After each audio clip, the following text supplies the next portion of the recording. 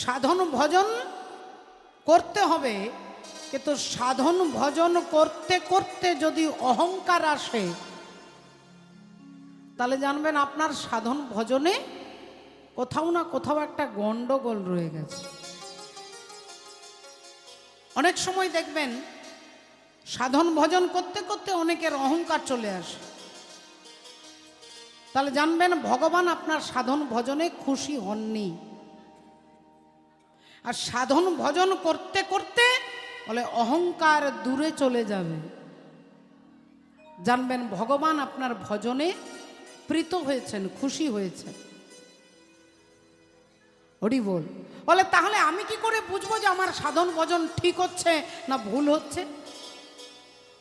বলে ভজন করতে করতে যদি ওই ছোট্ট প্রহ্লাদের মতো সব জায়গায় ভগবানকে দেখতে পারেন, আপনার বিচার যদি সর্বজীবে ভগবান আছে এই বোধটা চলে আসে, তাহলে জানবেন আপনার ভজন যথার্থ। আর যখনই আপনার মনের মধ্যে উচ্চ নিচ্চ ভেদ হচ্ছে, এ ভালো নয়, এ পণ্ডিত এ মূর্খ, এ ছোট লোক এ বড় লোক, এই বিভেদটা যখন চলে আসে তখন জানবেন ভগবান আপনার ভজনে প্রীত হননি। বাবা ভাগবত বলছে রাধে রাধে, বলে ভক্তকে আপনাকে ভাবতে হবে যে আমি বাদ দিয়ে আর সবাই ভক্ত, আমি বাদ দিয়ে আর সবাই ভক্ত, আমি বাদ দিয়ে আর সবাই বৈষ্ণব। এই ভাবটা যদি আসে, দিনেরে অধিক দয়া করেন ভগবান। এই দীনতা যদি আসে যে আমার থেকে আর সবাই ভালো, আমার মতো খারাপ কেউ নেই, আমার মতো পতিত জীব আর কেউ নেই, হরি বল, ভগবান আপনাকে বেশি কৃপা করবেন।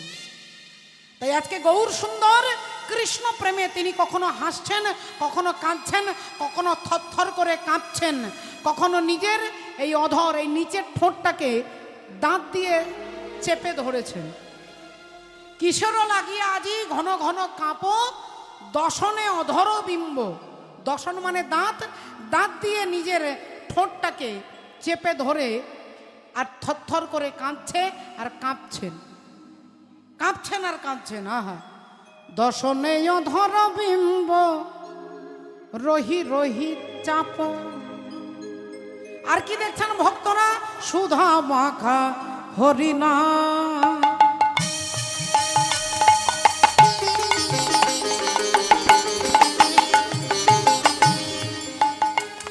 হরিনা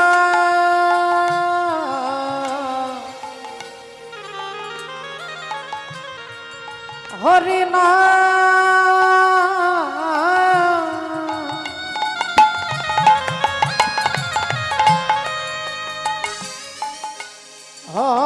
হরিনা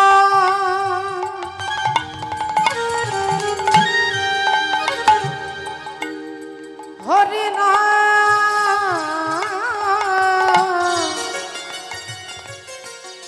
ওগো সুধা মাখা হরিনা,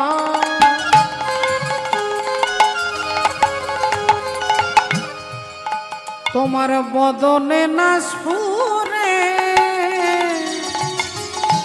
সুধা মাখা হরিনা,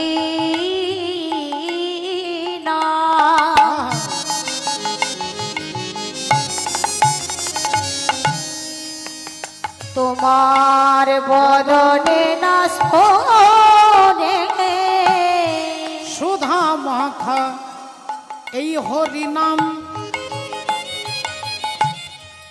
আজকে তুমি যে সারাক্ষণ 24 ঘন্টা হরিনাম করে তার মুখ দিয়ে কোনো কথা নেই, চুপচাপ বসে আছে।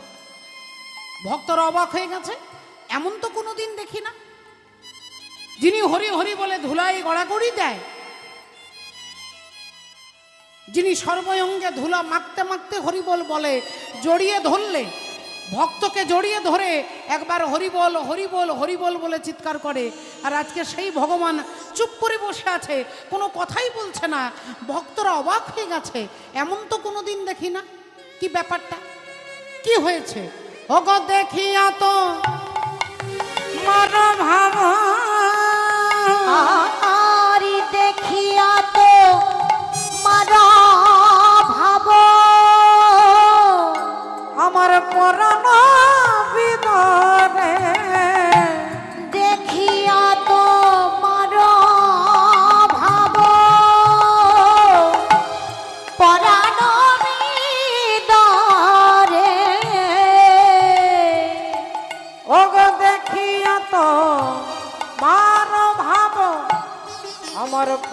নবিদরে দেখিয়া তো মার ভাব আমার পরাণ বিধারে পরাণ বিধারে ক্ষণে উইঠ ক্ষণে বৈশ ছোড়ো নিঃশ্বাস। কখনো উঠছেন, কখনো বসছেন, কখনো হঠাৎ করে উঠে দাঁড়িয়ে যাচ্ছেন, কখনো আবার নিচে বসে গালে হাত দিচ্ছেন, কখনো কাঁপছেন, কখনো কাঁদছেন, কখনো চোখ দিয়ে দরদর করে জল পড়ছে, কখনো চুপ করে আছেন, কখনো আকাশের দিকে তাকিয়ে আছেন, কখনো আবার কোনো ভক্তের দিকে তাকিয়ে আছেন। ক্ষণে উঠো ক্ষণে বৈশ ছোড়ো নিঃশ্বাস, আজি ধৈর্য ধরিতে না রে গোবিন্দ দাস। গোবিন্দ আজি ধৈর্য ধরিতে না রে গোবিন্দ দাস। হে ধৈর্য ধরিতে না রে গোবিন্দ ও দাস হে গোবিন্দ দাস হে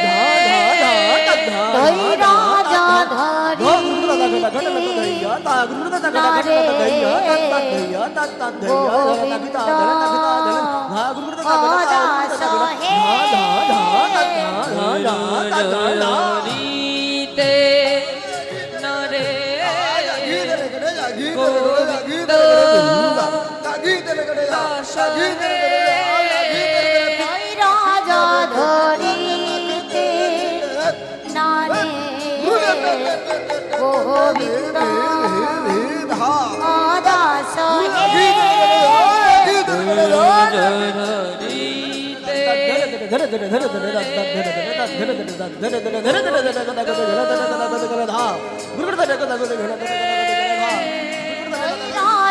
ধরিতে না রে গোবিন্দ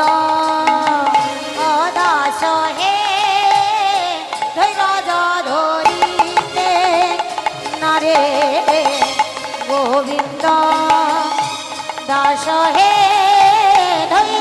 রাজা ধরিতে না রে গোবিন্দ দাস হে রাজা ধরিতে না রে গোবিন্দ দাস হে ধরিতে না রে গোবিন্দ দাস হে রাজা ধরিতে না রে গোবিন্দ দাস হে রাজা ধরিতে না রে। ঈশ্বর পরম কৃষ্ণ সচ্চিদানন্দ বিগ্রহ বিগ্রহ অনাদি রাধে গোবিন্দ গোবিন্দ সর্বকারণ কারণ। সর্বকারণের কারণ।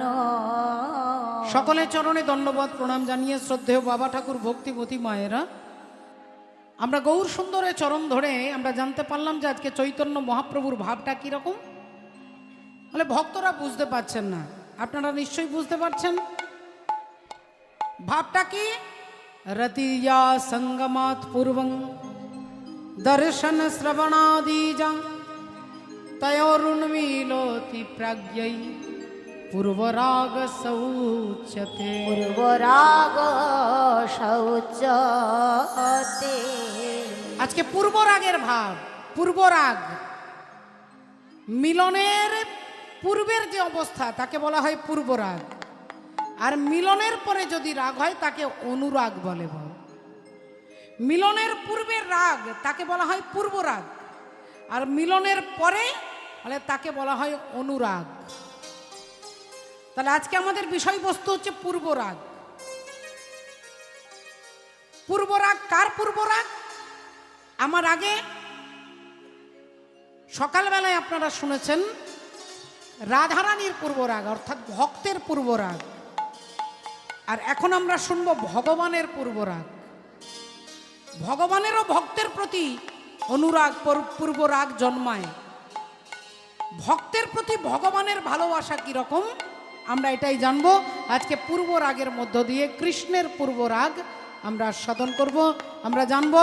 একবার সবাই মিলে বলবো, বলো রাধা রানী কি, বলো ভগবান কৃষ্ণচন্দ্র কি জয়, অনন্ত কোটি ভক্তবৃন্দ কি জয়, নিতাই গৌর সীতানাথ প্রেমানন্দে হরি হরি হরি বল।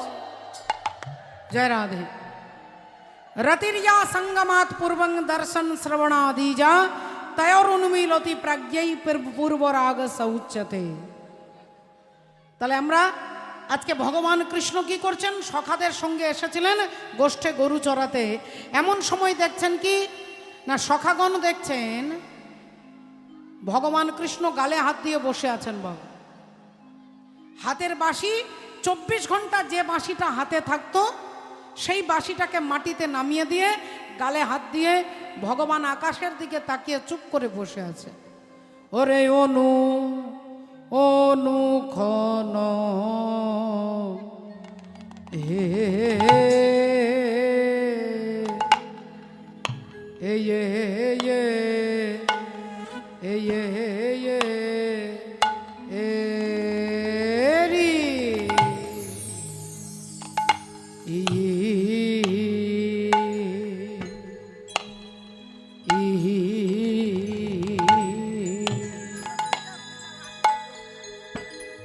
অনুক্ষণ হে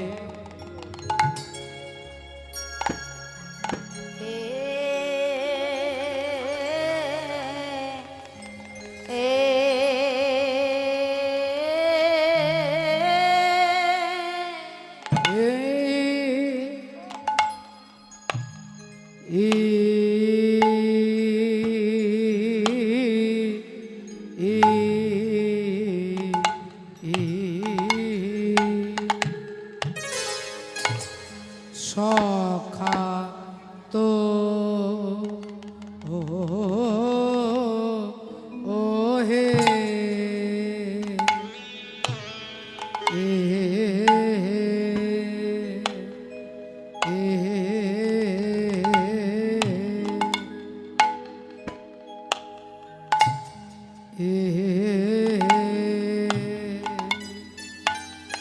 ও তো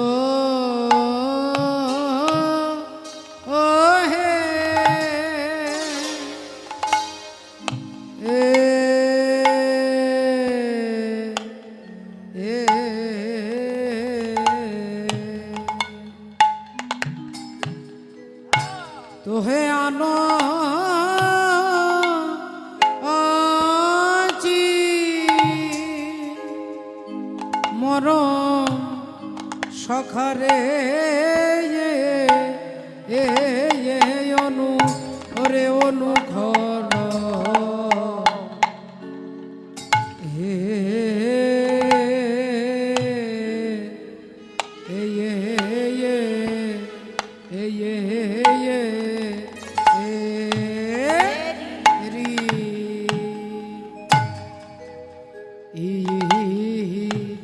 ওরে সখা কেন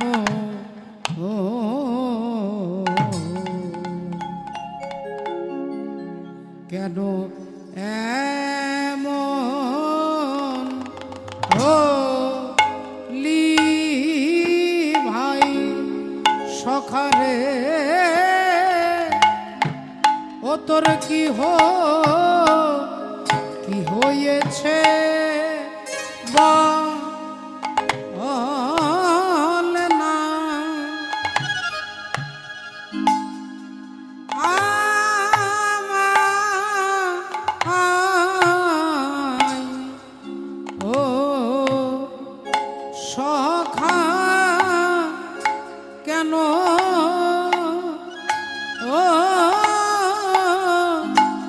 সখা কেন এমন হলি ভাই সখারে তোর কি হয়েছে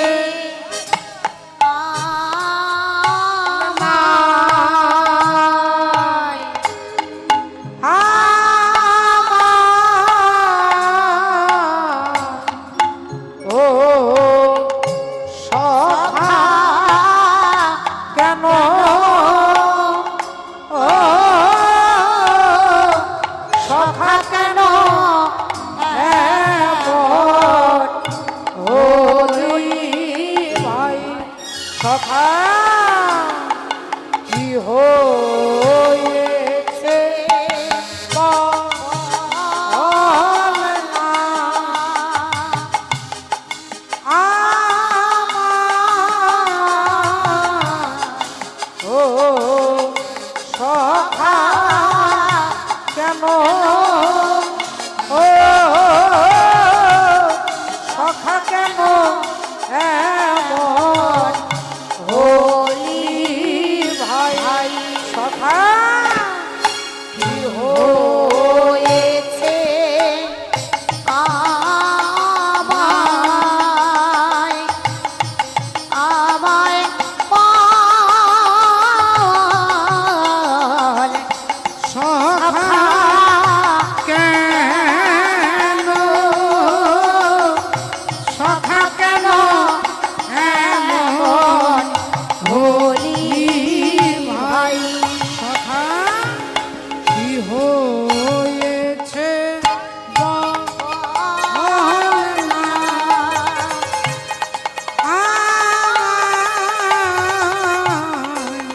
ও সখা কেন ও সখা কেন এমন হলি ভাই সখা কি হয়েছে আমায় ফুলে বল সখা কেন সখা কেন এমন হলি ভাই কানাই কি হয়েছে ফুলে বলে রে সখা কেন সখা কেন এমন হলি ভাই কি হয়েছে আমায় ফুলে বল সখা কেন সখা কেন এমন হলি ভাই কি হয়েছে ফুলে আমায় বল সখা কেন সখা কেন এমন হলি ভাই কি হয়েছে ফুলে আমায় বল সখা কেন এমন হলি ভাই হায় ওরে অনু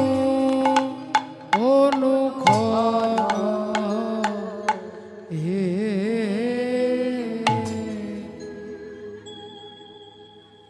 অনুক্ষণ হেরিয়ে তোহে আনচিত দূরে গেও আলাপন মধুর গীত কানাই এই কানাই আরে কোনো কথা বলছে না এই কানাই আরে আমি তোর মরম সখা সুবল আমার দিকে তাকা আরে একটাবার বলবি তো কি হয়েছে মরম না কহ কাহে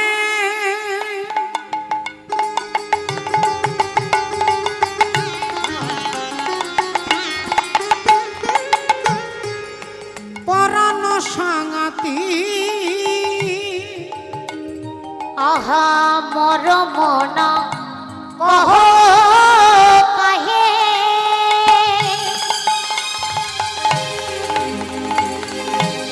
পরাণ সাঙাতি কানাই তোর মুখটা দেখে ওগো তুয়া মুখ হেরি জলত মঝু ছাতি আর তোয়া মুখ হেরি লত মুখ ঝাতি ওগো তুয়া মুখ হেরি জলত মঝু ছাতি আর তুয়া মুখ হেরি লত মুঝে ঝাতি। কানাই রে, তোর মুখটা দেখলে আমার বুকটা জ্বলে যাচ্ছে ভাই। একবার কথা বল কানাই, একবার কথা বল ভাই। অমন করে তুই চুপ করে আসিস, আমার হৃদয়টা পুড়ে যাচ্ছে ভাই, বুকটা জ্বলে যাচ্ছে। একবার কথা বল ভাই, একবার কথা বল। ভগবান কোনো কথাই বলছেন না। তুয়া মুখ হেরি জলত মঝু ছাতি মরকত যিনি আসো কলে বড় কাঁতি সব ঝামর কুবলয় ভাতি। মরকত নীলকান্ত মণি ভগবানের গলায় থাকে, নীলকান্ত মণি। আর সেই নীলকান্ত মণির মতো তোর বদন এত উজ্জ্বল, এত চকচক করে। সেই মুখটা সব ঝামর কুবলয় ভাতি।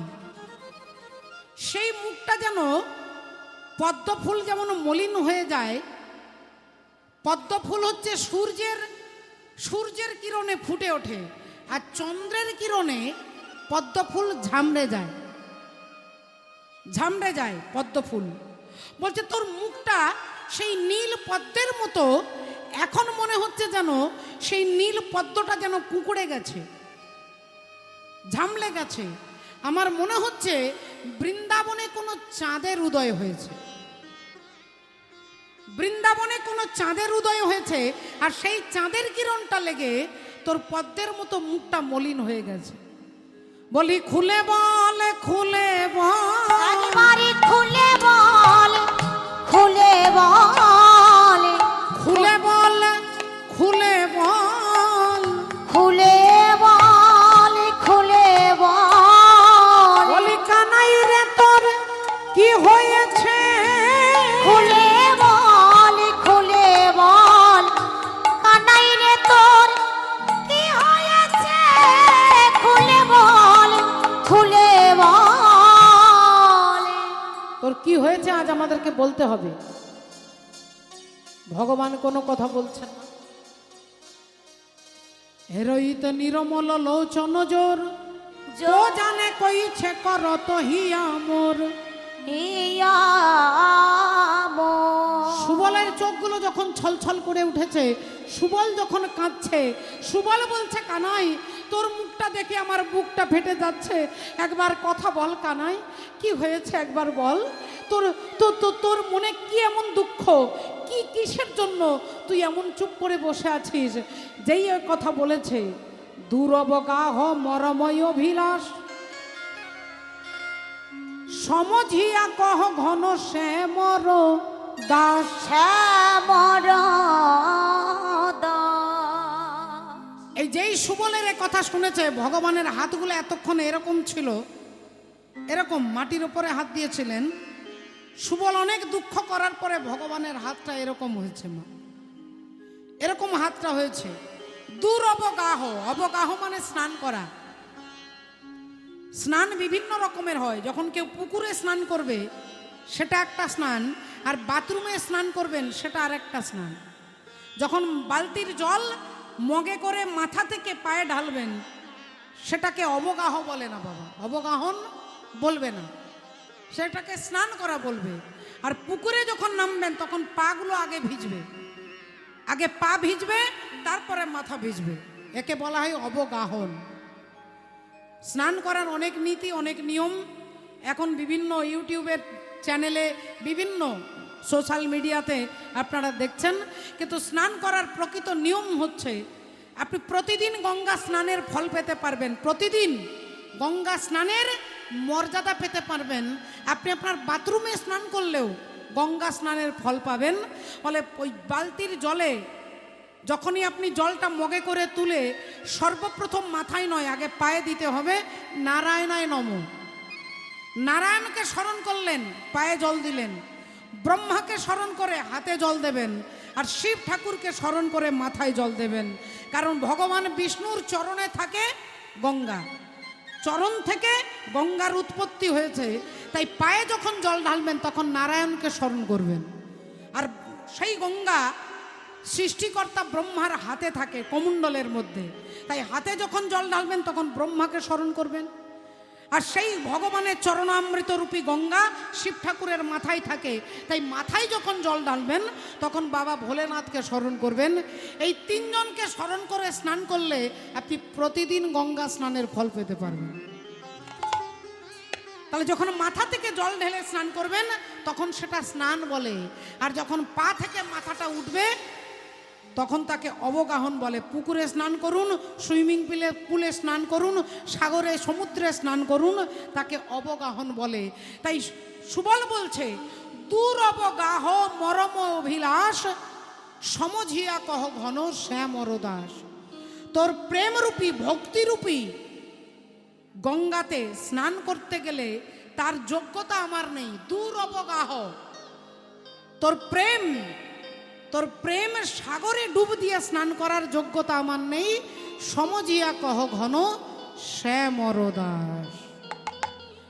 যেই এ কথা বলেছে এতক্ষণ পরে ভগবান একটা জোরে নিঃশ্বাস ছাড়লেন। আর হাতটা এরকম ছিল, হাতটা এরকম হলো, হাতটা এরকম থেকে এরকম হলো। রাধে রাধে।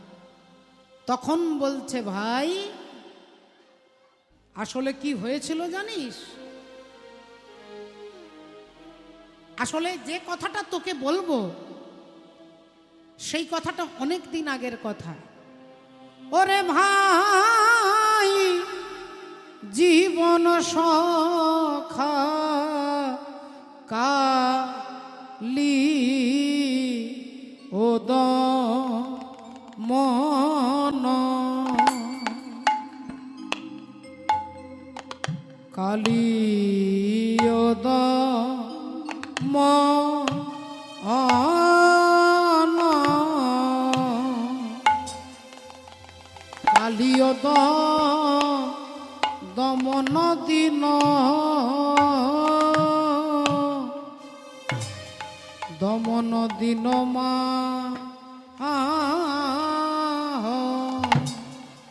ওরে ভাই, জীবন সখা কালি, কালিও দমন,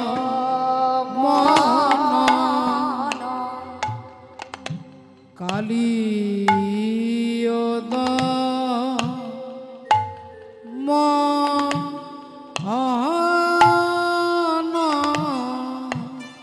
সখারে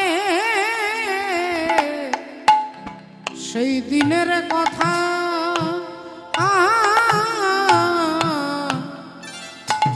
দিনের কথা মনে হলো ভাই, যেদিন সাপের মাথায় নে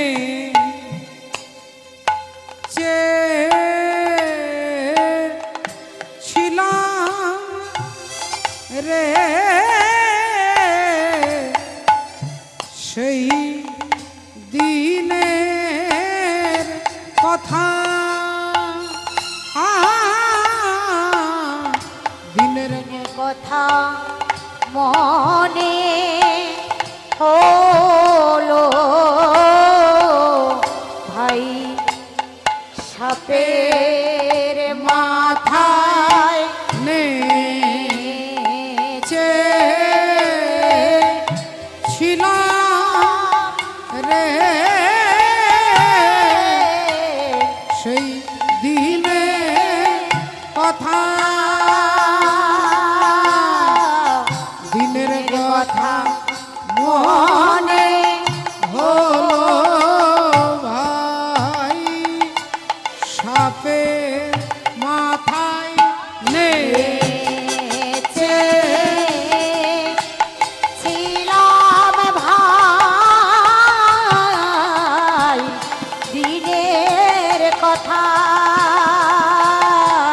দিনের কথা মনে হলো ভাই, সাপের মাথায়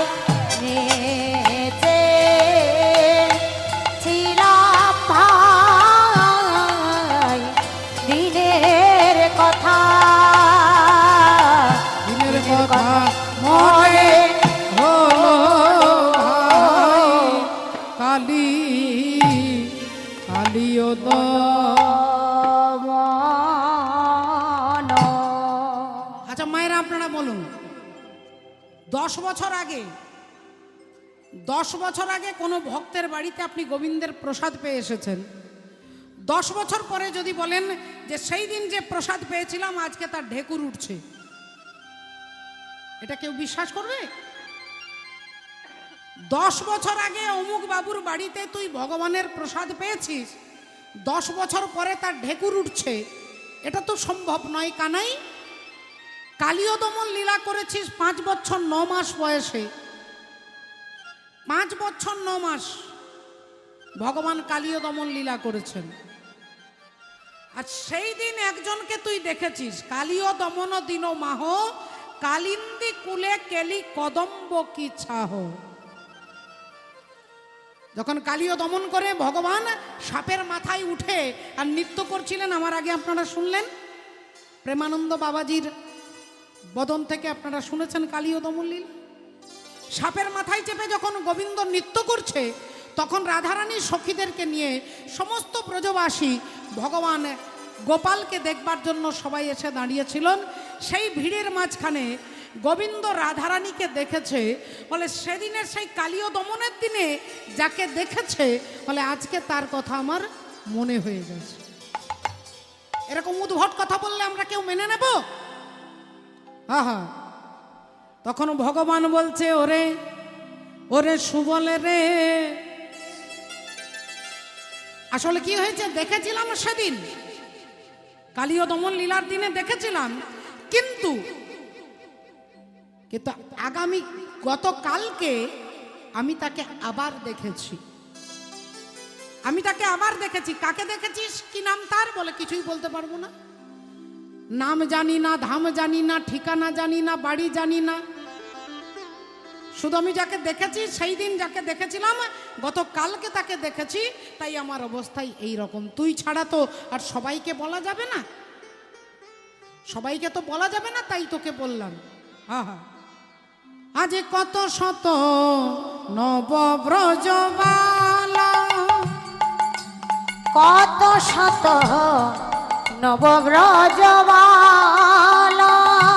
ওগো কত শত নবব্রজবালা, ওগো কত শত নবব্রজবালা, আর পেখনু জনু স্থির বিজুরি কামালা,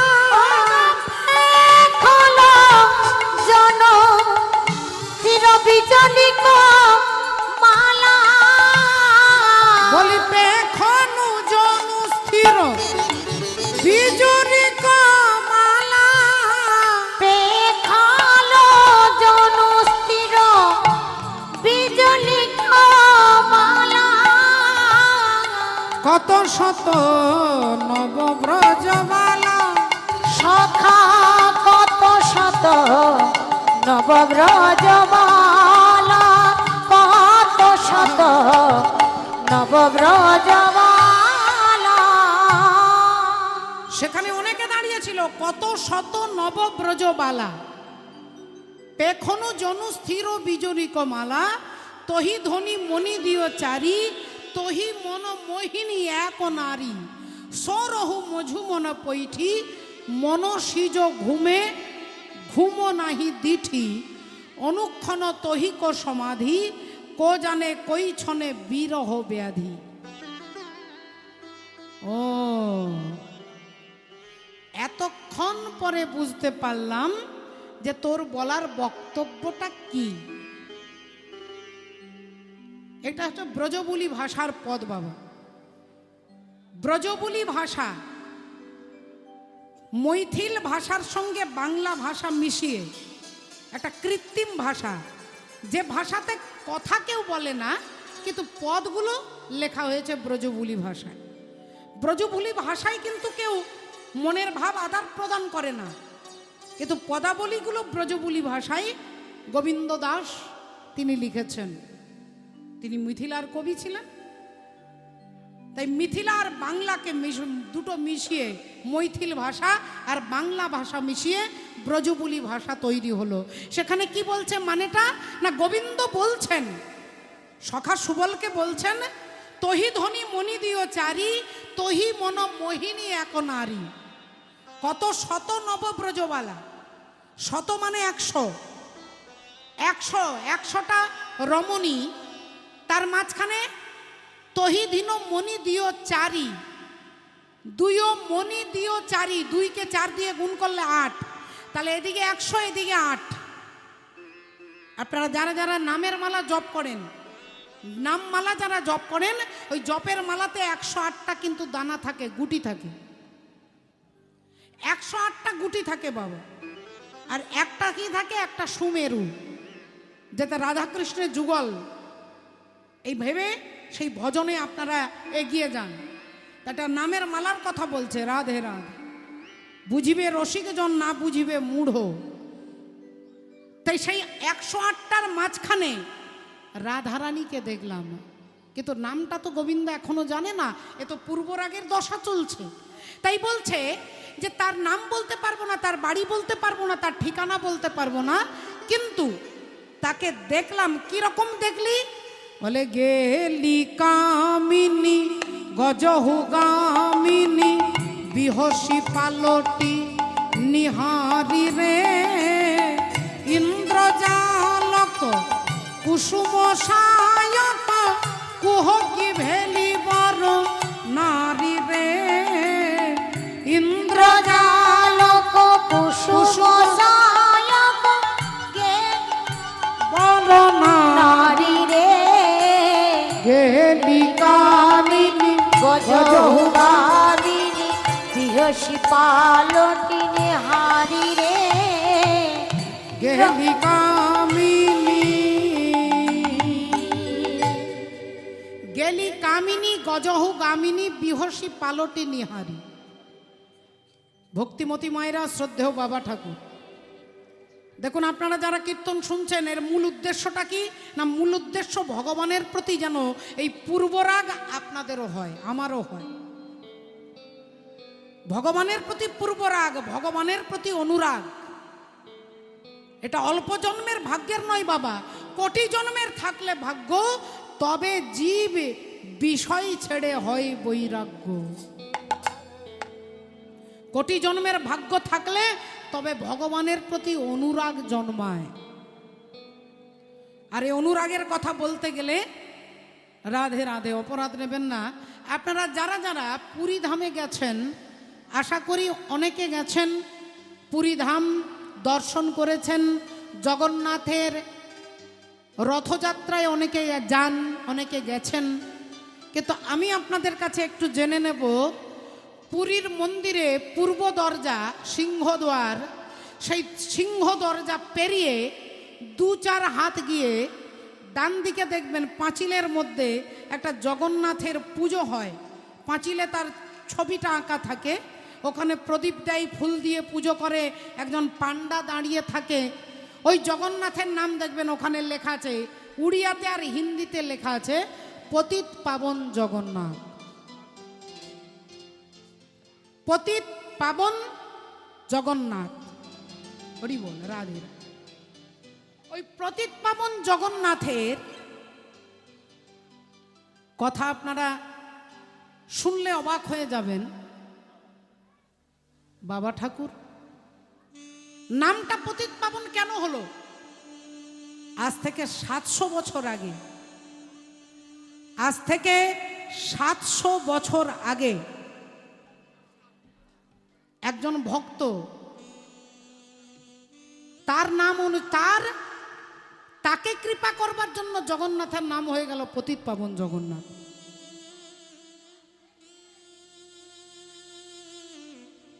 ভক্তের নাম কি, যার জন্য ভগবানের নাম পতিত পাবন হলো, তিনি কিন্তু জাতিতে হিন্দু নন, মুসলিম কুলে জন্মগ্রহণ করেছে। তার নাম হচ্ছে সদন সাহা। সদন শাহ, এই সদন শাহ ছিলেন পূর্বজন্মে ব্রাহ্মণ বাড়ির ছেলে। প্রতিদিনের তার একটাই নিষ্ঠা, প্রতিদিনের নিষ্ঠায় 1008টা তুলসী পত্র শালগ্রাম শিলাকে না দিলে তিনি জনগ্রহণ করেন না। 1008টা তুলসী পত্র ভগবানকে না দিয়ে তিনি জলগ্রহণ করেন না। সেই ব্রাহ্মণ, নিষ্ঠাবান ব্রাহ্মণ, ভগবানের সেবা করে গাছের তলায় বসে নামের মালাটা হাতে নিয়ে নাম জপ করছেন। এখন চৌরাস্তার মাঝখানে, চৌরাস্তার মোড়ে একটা বিরাট বড় গাছ, গাছের তলায় বসে নাম জপ করছে। আর এমন সময় একজন মুসলমান একটা তার গরু তাকে ছেড়ে দিয়ে ছুটে ভয়ে পালিয়ে যাচ্ছে। আর সেই মুসলমান ছুটতে ছুটতে গরুর পেছনে যাচ্ছে। গরু ছুটতে ছুটতে ছুটতে সেই ব্রাহ্মণের পাশ দিয়ে ডান দিকে একটা গলির মধ্যে ভয়ে ঢুকে গেছে, প্রাণের ভয়ে আমাকে মেরে ফেলবে, ভয়ে গরুটা একটা গলির মধ্যে ঢুকে লুকিয়ে পড়েছে। আর এদিকে ব্রাহ্মণ নামের মালা জপ করছে। আর এমন সময় সেই মুসলমান এসে বলে উঠলেন, এই যে দাদা, এখানে আমার গরুটা কোন দিক দিয়ে গেল একটু একটু দেখেছেন, বলুন না। এখন তিনি নামমালা জপ করছেন, তিনি তো কথা বলতে পারবে না। আচ্ছা, কথা বলতে পারবে না কারণ তিনি নাম জপ করছেন। নাম জপ করতে করতে কথা বলতে নেই, কিন্তু উনি আমাকে জিজ্ঞাসা করছে, আমি কথা বলতে পারবো না কিন্তু ইশারা করে তো দেখাতে পারবো। তিনি বাঁ হাতটা তুলে এদিক দিয়ে দেখিয়ে দিচ্ছে যে এই দিকে গেছে, এই দিকে। কিছুক্ষণ পরে মুসলমান সেই গরুটাকে ধরে নিয়ে গিয়ে গরুটাকে হরিবোল করে দিল। এদিকে ব্রাহ্মণ কয়েক বছর পরে তিনি দেহত্যাগ করলেন। সেই ব্রাহ্মণ যখন মৃত্যু হলো, মুসলমানের ঘরে জন্ম হলো, যার নাম হলো সদন সাহা। শ্রদ্ধেয় ভক্তমণ্ডলী, ভক্তিমতী মায়েরা, এখনো তার নামে বাজার আছে বাবা, এখনো তার নামে বাজার আছে উত্তরপ্রদেশে, শাহ বাজার। সেই মুসলমান সদন শাহ নাম হলো, ছোটবেলা থেকে ভক্তি নিয়ে জন্মগ্রহণ করেছে। কারণ তিনি পূর্বজন্মে 1008টা তুলসী পত্র ভগবানকে নিবেদন করে। এই কর্মের ফলটা তো আর চলে যাবে না। এই যে আপনারা কীর্তন শুনছেন, আপনি ভাবছেন এর ফলটা আমি আগামীকালই পাবো, না। আপনি 10 দিন পরে পেতে পারেন, 10 বছর পরে পেতে পারেন, 1 জন্ম পরে পেতে পারেন, 10 জন্ম পরে পেতে পারেন, কিন্তু কর্মের ফল আপনাকে পেতেই হবে। ভালো কর্মের ফলও আপনি পাবেন, আর খারাপ কর্ম করলে তারও ফল আপনাকে পেতে হবে। হরি বল। তা সেই সদন শাহ তিনি জন্মগ্রহণ করলেন মুসলমান ঘরে, নাম হয়েছে সদন শাহ। বাড়িতে বাপ ঠাকুর দাদার আমল থেকে মাংসের দোকান। সে ছোটবেলা থেকে ভক্তি নিয়ে হাঁটা চলা করে। হিন্দুদের নাম শুনলে দাঁড়িয়ে যায়, হিন্দুদের নাম শুনলে কান্না পায়, নাম জপ করে, কিন্তু লুকিয়ে লুকিয়ে জপ করে। বাড়ির লোক জোর করে তাকে মাংসের দোকানে বসিয়ে দেয়, তার ইচ্ছে না থাকলেও তাকে বসতে হয়, কারণ বড়দের আদেশ। একদিন ঘটনাচক্রে কি হয়েছে মা, সেই মাংসের দোকানে সদন শাহ বসে আছে আর গুনগুন করে গান গায়। যখন দোকানে কেউ থাকে না তখন ভগবানের নাম জপ করে মনে মনে, চোখগুলো ছলছল করে, নিজেই ধীরে তাড়াতাড়ি করে চোখটা মুছে নেয় যদি কেউ দেখতে পায়। আর সেই যে মাংস বিক্রি করে, দাঁড়িপাল্লাতে একটা পাথর আছে, যে পাথরটা দেখবার জন্য লাইন দিয়ে লোক আসতো। ওই পাথরটা এমন আশ্চর্য পাথর, যদি কেউ বলতো আমাকে 500 দাও, পাথরটা 500 হয়ে যেত। যদি বলতো আমাকে 2 কিলো দিতে হবে, পাথরটা 2 কিলো হয়ে যেত। ওই আশ্চর্য পাথরটাকে দেখবার জন্য সবাই মাঝে মাঝে ভিড় হতো। একদিন তার দোকানের পাশ দিয়ে এক বৈষ্ণব ঠাকুর যাচ্ছেন। বৈষ্ণব ঠাকুরের চোখটা পড়ে গেছে দাঁড়িপাল্লায় পাথরের ওপরে। তিনি হাই হাই করতে করতে ছুটে এসেছে, হাই হাই হাই। সদন শাহকে বলছে, ভাই সদন, এ তুমি কি করছো? এই পাথরটা দিয়ে তুমি মাংস ওজন করছো? এ পাথর যে সাধারণ পাথর নয়, আমাদের প্রভু শালগ্রাম শিলা।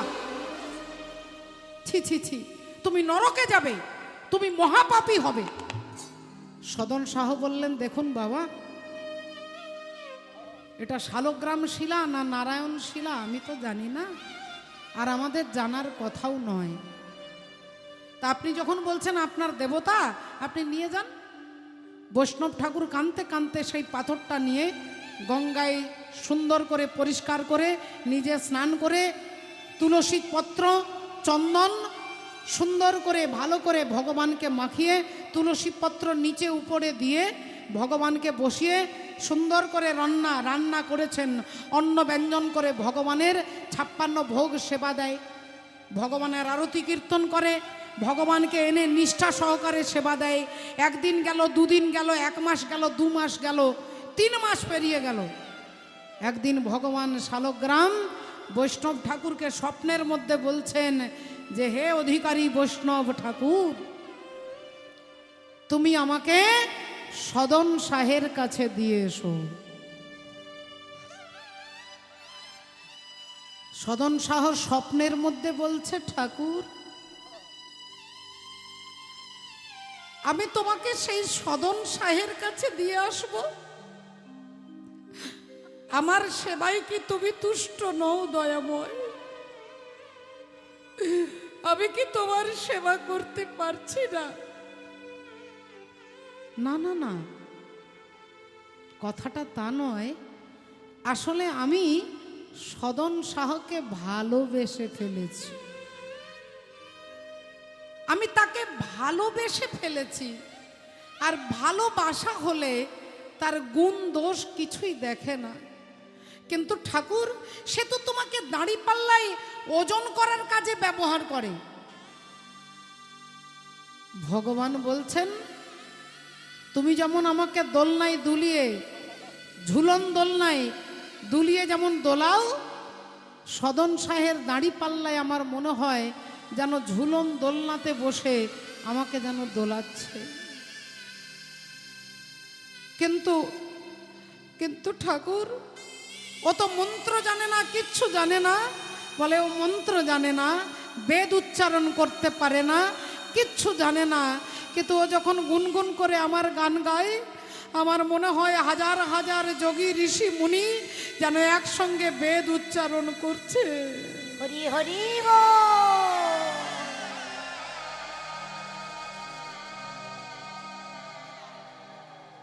বললেন, সে তো তোমাকে গঙ্গার জলে স্নান করায় না। ভগবান বলছেন, ওই সদন শাহ যখন কাঁদে, তার চোখের জল যখন টপ টপ করে আমার গায়ে পড়ে, মনে হয় শত সহস্রের গঙ্গার ধারা দিয়ে কেউ যেন আমাকে স্নান করাচ্ছে।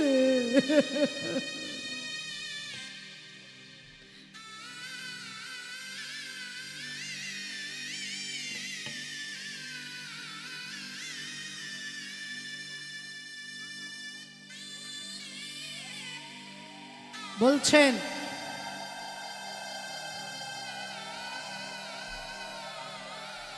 দাঁড়িপাল্লায় যখন সে আমাকে দোলায়, আমার মনে হয় ঝুলন দোলনায় দুলছি।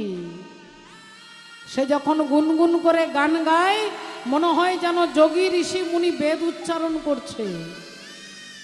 তার চোখের জল যখন আমার গায়ে পড়ে, মনে হয় শত ধারার গঙ্গার জল দিয়ে সে আমাকে স্নান করাচ্ছে।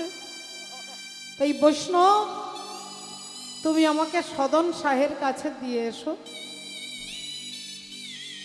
বৈষ্ণব ঠাকুর কাঁদতে কাঁদতে শালগ্রাম শিলা নিয়ে সদন শাহের হাতে দিয়ে বলছেন, ভাই, আমার ঠাকুর তোমাকে ভালোবেসে ফেলেছে, আমার ঠাকুর তোমাকে ভালোবেসে ফেলেছে। এই নাও ভাই, এই নাও। ভগবানকে দিয়ে বৈষ্ণব ঠাকুর কাঁদতে কাঁদতে চলে গেলেন। আর সদন শাহ দেখলেন যে আমার কোনো গুণ নেই, আমার কোনো ভজন সাধন নেই, অথচ ইনি আমাকে ভালোবেসে ফেলেছে। তাহলে আজের পর থেকে আমি আর সংসারেই থাকবো না। ওই শালগ্রাম শিলাকে মাথার পাগড়ির ভেতরে বড় করে একটা পাগড়ি বেঁধেছে, আর পাগড়ির ভেতরে শালগ্রাম শিলাকে নিয়ে সদন শাহ সংসার ত্যাগ করে জগন্নাথ জগন্নাথ বলতে বলতে কাঁদতে কাঁদতে বেরিয়ে যাচ্ছে। জগন্নাথ জগন্নাথ বলতে বলতে কাঁদতে কাঁদতে যাচ্ছে। তুমি এসো আমার প্রাণের ঠাকুর, এসো আমার হৃদয় মাঝে,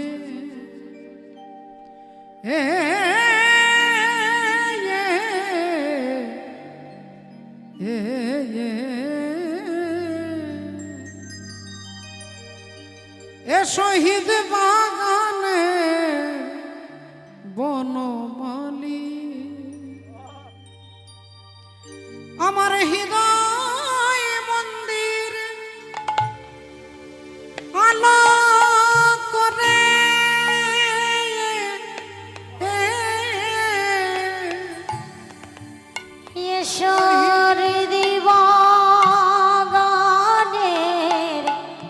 বনমালী আমার হৃদয় মন্দির আলো করে এ শহীদ বাগানে বনমালী আমার হৃদয় মন্দির আলো করে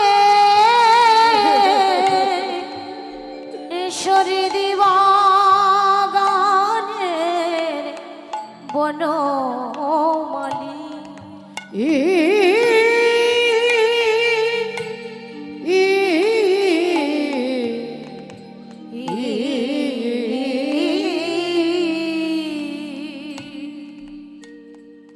ভগবানকে মাথায় নিয়ে সদন শাহ জগন্নাথ জগন্নাথ বলতে বলতে জগন্নাথ ধামে পুরী ধামে যাচ্ছেন।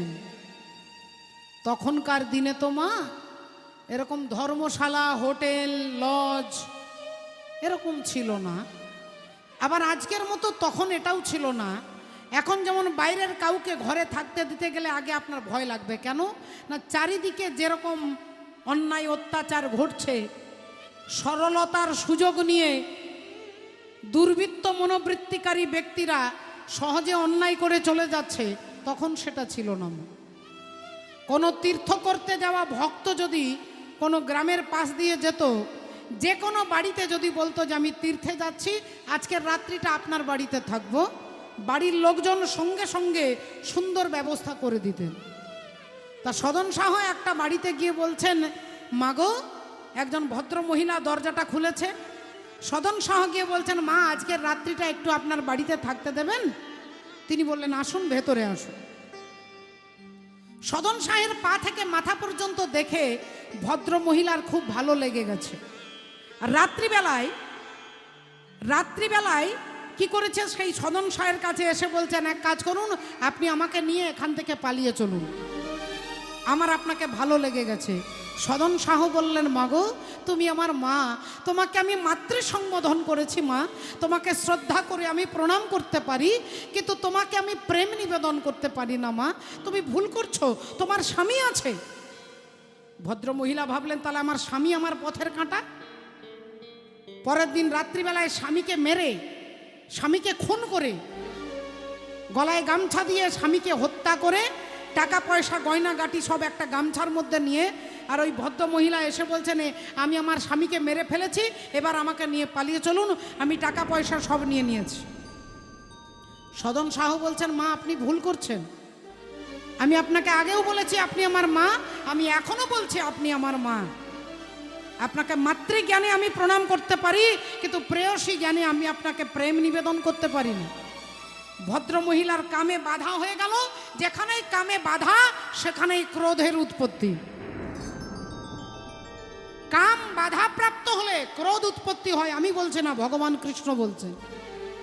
অর্জুনকে বলছেন, যেখানে কামনাতে বাধা পড়বে সেখানে ক্রোধের উৎপত্তি হবে। ছেলে মেয়ে সিনেমা দেখতে যাবে, লুকিয়ে লুকিয়ে আপনি বাধা দেন, দেখুন রেগে যাবে। যেখানে কামনাতে বাধা পড়বে সেখানেই ক্রোধের উৎপত্তি হবে। ভদ্র মহিলা সোজা চলে গেলেন গ্রামের সেই জমিদারের কাছে, গিয়ে বললেন, এই লোকটা আমার স্বামীকে খুন করেছে, আমার টাকা পয়সা নিয়ে পালাচ্ছিল, আমি তাকে ধরে ফেলেছি, এর উপযুক্ত শাস্তি আপনাকে দিতে হবে জমিদার বাবু। জমিদার মশাই সদন শাহের পা থেকে মাথা পর্যন্ত দেখেই বুঝতে পারলেন যে ইনি কোনো অন্যায় করতে পারেন না, কিন্তু ইনি তো কোনো কথা বলছেন না, ইনি এটাও বলছেন না যে আমি চুরি করিনি, ইনি এটাও বলছেন না যে আমি খুন করিনি। সদন শাহ চুপ করে দাঁড়িয়ে আছে। আর জমনি রাজামশাই বললেন, তাহলে এক কাজ কর, এনাকে নিয়ে গিয়ে এর বাঁ হাতটাকে কেটে দে, যা, এর হচ্ছে একটাই শাস্তি, এর বাঁ হাত কেটে দাও। সদন শাহকে নিয়ে গিয়ে তার বাঁ হাতটা কেটে দিলেন। মাগো, এবার আপনারা মায়েরা একটু ভালো করে ভেবে দেখুন, তিনি চুরিও করেননি, তিনি ডাকাতিও করেননি, তিনি খুনও করেননি, তিনি চরিত্রহীনতার কোনো পরিচয়ও দেননি, কিন্তু তার বাঁ হাতটা কাটা পড়ে গেল। কেন? কোন জন্মের কর্মের ফল? বলে পূর্বজন্মে এই যে ব্রাহ্মণ ছিলেন, যখন সেই মুসলমানটা এসে বলেছিল আমার গরুটা কোন দিকে, তিনি নাম জপ করছিলেন, তিনি বাঁ হাতটা তুলে দেখিয়ে দিয়েছিলেন এই দিকে গেছে, এই দিকে, এই দিকে। এই যে বাঁ হাতটা তুলে দেখিয়ে দিল, এই কর্মের ফলটা পরজন্মে তার বিনা দোষে বাঁ হাতটা কাটা পড়ে গেল, হাতটা কাটা পড়ে গেল। রাজামশাই হাত কাটার আদেশ দিলেন, কর্মচারী নিয়ে গিয়ে তাকে বাঁ হাতটা কেটে দিলেন।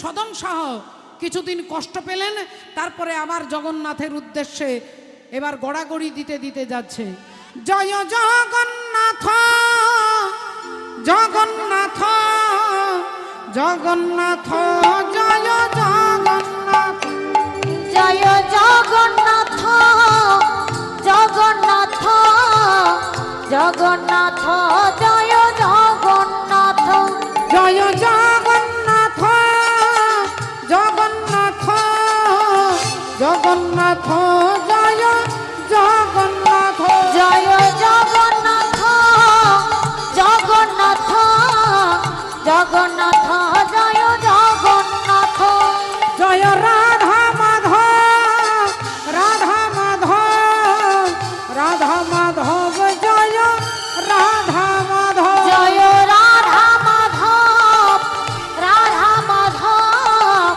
রাধা মাধব, জয় রাধা মাধব, জয় রাধা মাধব রাধা মাধব রাধা মাধব, জয় রাধা মাধব, জয় জগন্নাথ জগন্নাথ জগন্নাথ, জয় জগন্নাথ, জয় জগন্নাথ জগন্নাথ জগন্নাথ, জয় জগন্নাথ। হাঁটতে হাঁটতে চলতে চলতে চলতে চলতে 6 মাস পেরিয়ে গেল। জগন্নাথ মন্দিরের কাছাকাছি কিছুটা দূরে চলে এসেছেন ভগবান জগন্নাথ। পান্ডাদের স্বপ্ন দিচ্ছে যে আমার ভক্ত আসছে আমার সঙ্গে দেখা করতে, যাও পালকি নিয়ে যাও, পালকিতে চাপিয়ে নিয়ে আসবে আমার ভক্তের নাম সদন শাহ। পান্ডারা ছুটছে, কে সদন শাহ, কি করে বুঝবো ঠাকুর? হাজার হাজার ভক্ত তোমাকে দেখবার জন্য আসে, কি করে বুঝবো কে সদন শাহ, কি করে বুঝবো সে তোমার ভক্ত? ভগবান জগন্নাথ বলছেন যেমন আমার হাত নেই তেমনি তারও হাত নেই, তার একটা হাত নেই, পালকিতে চাপিয়ে নিয়ে আসবে। পুরীর পান্ডারা খুঁজতে খুঁজতে দেখলেন একজন ভদ্রলোক আসছেন, বাঁ হাতটা নেই। ছুটে গিয়ে বললেন আপনার নাম কি? না সদন শাহ। বললেন চলুন, জগন্নাথ আপনার জন্য পালকি পাঠিয়ে দিয়েছে। সদন শাহ হাত জোড় করে বলছেন আমি পালকিতে যাব না। পালকিতে যাব না। বলে তাহলে কি হাতির পিঠে চেপে যাবেন? বলে আমি হাতির পিঠেও চেপে যাব না। তাহলে এক কাজ করুন, আপনি আমাদের কাঁধে চড়ুন, আমরা কাঁধে করে নিয়ে যাচ্ছি। তাহলে আমি কাঁধে করেও যাব না। তাহলে আপনি কিসে যাবেন? বলে আমি গড়াগড়ি যাব। আমি গড়াগড়ি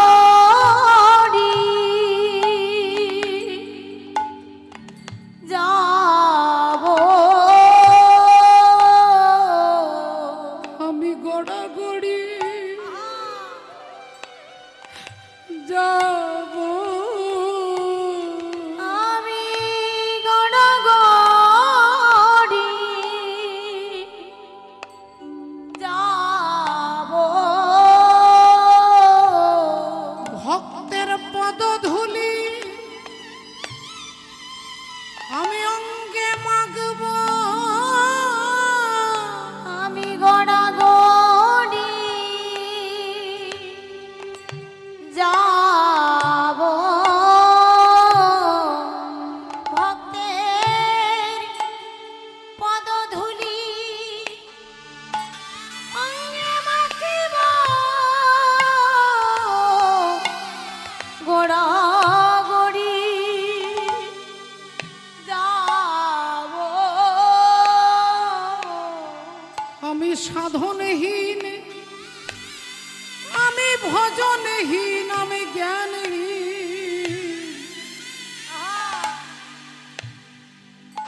আহা, আমি ভজন সাধন জানি না। এই ভক্তের পদধূলি মাখতে মাখতে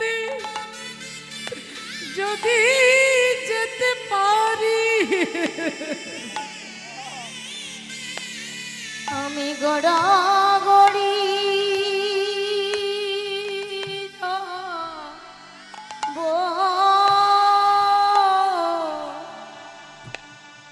আমি পালি খিতে যাব না গো। আমি গড়াগড়ি যাব আমি পালি খিতে যাব না গো।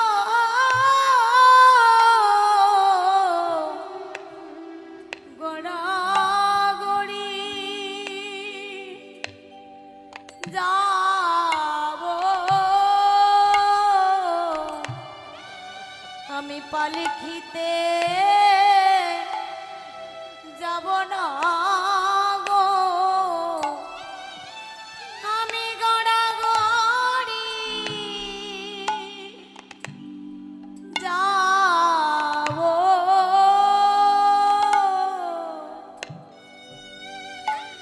আমি পালিকিতি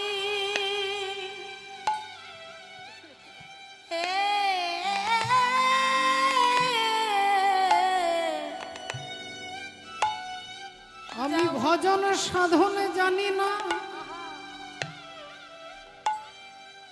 কেমন করে তাকে ডাকতে হয়, আমি তাও জানি না। জানি না কেমন করে তার কৃপা হবে, আমি তাও জানি না। তাও জানি না। তাই এই ধুলা মাখতে মাখতে যাব, যদি কোনো ভক্তের পায়ের ধুলায় গড়াগড়ি দিতে পারি, দিতে পারি তবে কৃষ্ণ প্রেমের উদয় হয় শুনেছি। তাই এই ধুলাই গড়াগড়ি দিয়ে আমি গড়াগড়ি যাব। আমি গড়াগড়ি যাব ভক্তের পদ ধুলা অঙ্গে মাখব, আমি গড়াগড়ি যাব ভক্তের পদধূলা অঙ্গে মাখিব। গড়াগড়ি যাব ভক্তের পদধূলা অঙ্গে অঙ্গে মাখিব।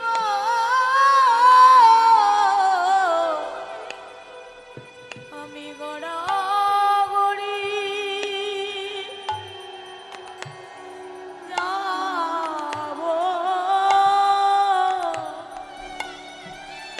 ভক্তের পদধূলা অঙ্গে মাখিব।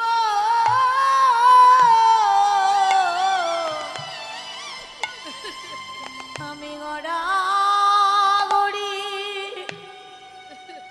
যাব ভক্তের পদধূলা অঙ্গে মাখিব।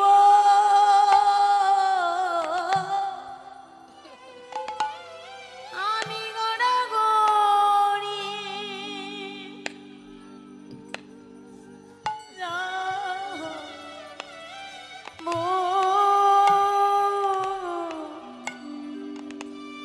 ভক্তের পদধূলা অঙ্গে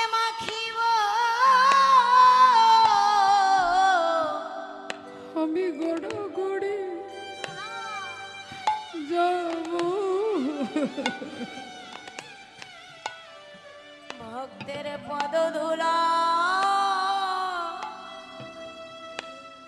অঙ্গে মাখিব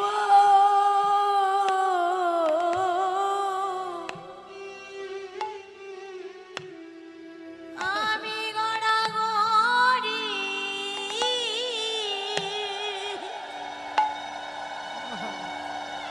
যাব ওগো ভজন সাধন কিছু জানি না বলে আমি গড়াগড়ি যাব ভজন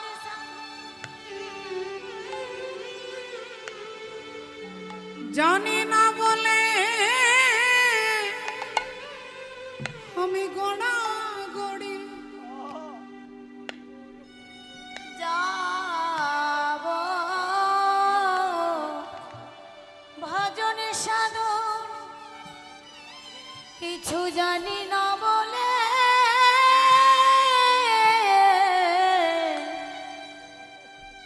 আমি গড়াগড়ি যাব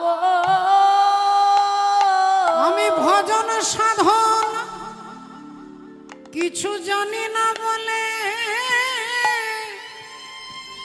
আমি গড়া গড়ি যাব ভজন সাধন কিছু জানি না বলে গড়াগড়ি যাব নিতাই গৌর ব্রহ্মানন্দে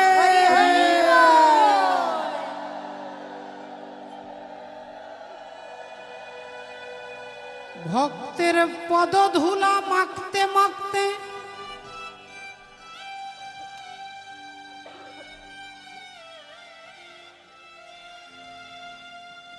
চরণ ধুলাই গড়াগড়ি দিতে দিতে সদন শাহ এগিয়ে চলেছেন।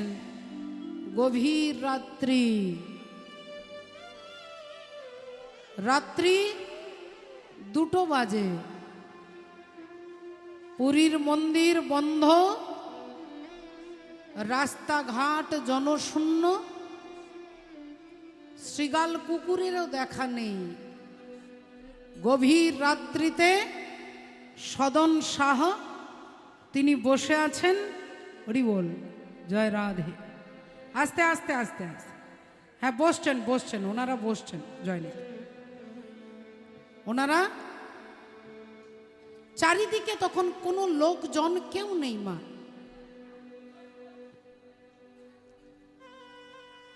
সদন সাহা গভীর রাত্রিতে মন্দিরের বাইরে বসে নামের মালা নিয়ে নাম জপ করছেন। এমন সময় ভগবান জগন্নাথ তার কাছে এসে দাঁড়িয়ে বললেন, সদন সদন চোখ খোলো সদন। সদন সাহা চোখ খুলে দেখছেন শঙ্খচক্র গদা পদ্মধারী শ্রী জগন্নাথ তার চোখের কাছে দাঁড়িয়ে আছে।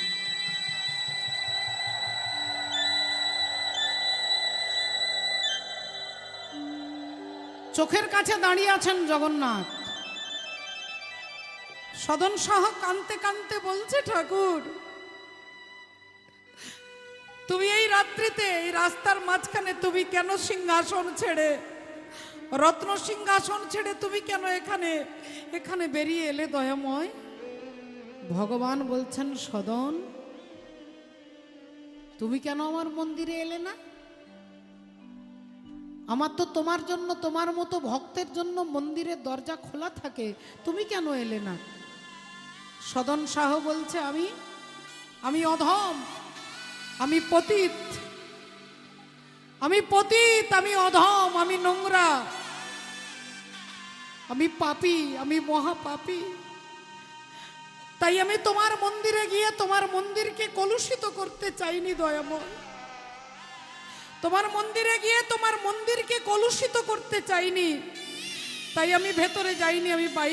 আমি বাইরে বসে তোমার নাম জপ করছি। ভগবান বললেন, সদন তুমি যদি পতিত হও তাহলে তোমার মতো পতিত ভক্তের জন্য আমি পতিত পাবন রূপে এইখানে দাঁড়ালাম। হরি হরি বল। তুমি যদি পতিত তাহলে আমি পতিত পাবন। তুমি যদি আমার কাছে না যাও, আমি তোমার মতো ভক্তের কাছে, আমি কথা দিচ্ছি শুধু তুমি নও, তোমার মতো অনুরাগ নিয়ে যে আমার কাছে আসবে আমি তার কাছে এসে দাঁড়াবো।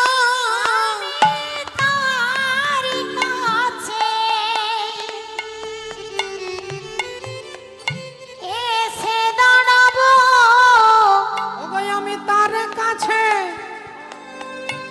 এসে দাঁড়াবো। আমি তার কাছে এসে দাঁড়াবো। বলি তোমার মতো অনুরাগ নিয়ে আমায় যে জনে ডাকবে আমি তার কাছে এসে দাঁড়াবো। তোমার মতো অনুরাগ নিয়ে যে জন আসিবে তার কাছে এসে দাঁড়াবো। রাধে। আজ থেকে এইখানেই আমি দাঁড়িয়ে রইলাম। যেখানটাতে ভগবান দাঁড়িয়েছেন সেই জায়গাটায়, গেটের সামনে দেখবেন মন্দির ঢুকতে গেলে একটা কালো পাথর পা দিয়ে পেরিয়ে যেতে হয়। ওই কালো পাথরটা পেরিয়ে যাওয়ার দরকার নেই, তার থেকে 2-3 পা পিছনে ডান দিকে দেখবেন পাঁচিলের মধ্যে জগন্নাথ লেখা আছে, পতিত পাবন জগন্নাথ। সেইখানেই ভগবান দাঁড়িয়েছিলেন। কথা দিলেন যে যদি কেউ ভেতরে গিয়ে আমাকে দেখতে পাবে না, হয়তো অনেক সময় জগন্নাথকে দেখা হয় না, ভিড়ের চাপে ভক্তদের ঠেলায় অনেক সময় দেখা হয় না, বলেন এইখানে দাঁড়িয়ে যিনি আমাকে দেখবে তিনি ওই ভেতরের জগন্নাথকে দেখার ফল আমাকে দর্শন করার ফল এক হয়ে যাবে। হরি বল। তাই তুমি পতিত, আমি পতিত পাবন, তাই ভগবানের নাম হয়ে গেল পতিত পাবন। সেই জগন্নাথ, সেই অনুরাগ, সেই ভক্তি, যে কোনো জাতি, যে কোনো বর্ণ, যে কোনো মানুষের, পুরুষ নারী, এই অনুরাগ যদি তার হয়, ভগবান বললেন এই অনুরাগেই, একমাত্র অনুরাগ ভগবানকে পাওয়ার প্রথম রাস্তা। অনুরাগ হচ্ছে প্রথম পাওয়ার রাস্তা। তাই গেলি কামিনী গজহু গামিনী বিহসি পালটি নিহারি রে। গেলি গামিনী গজহু গামিনী বিহসি পালটি নিহারি রে।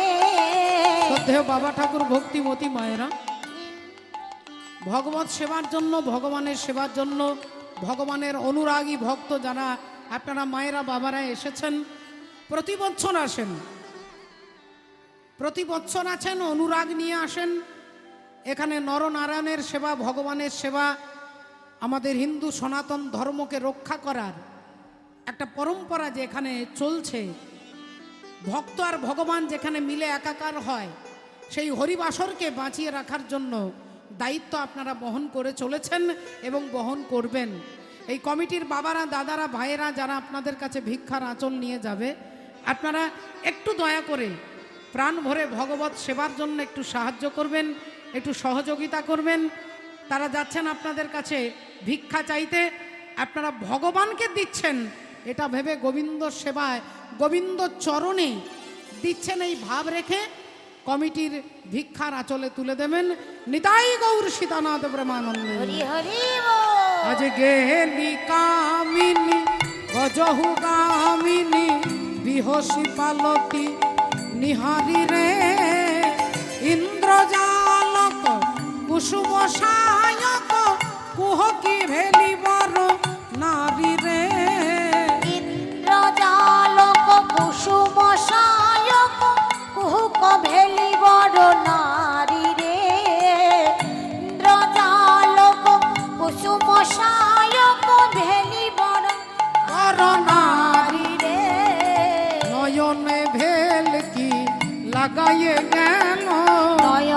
ভেলকি লাগাইয়ে দেয়, নয়নে ভেলকি লাগাইয়ে গেল, নয়নে ভেলকি লাগাইয়ে গেল। বলি আমাতে আর আমি নাই রে, নয়নে ভেলকি লাগাইয়ে গেল, আমাতে আর আমি নাই রে, নয়নে ভেলকি লাগাইয়ে গেল, আমাতে আর আমি নাই রে, নয়নে ভেলকি লাগাইয়ে গেল।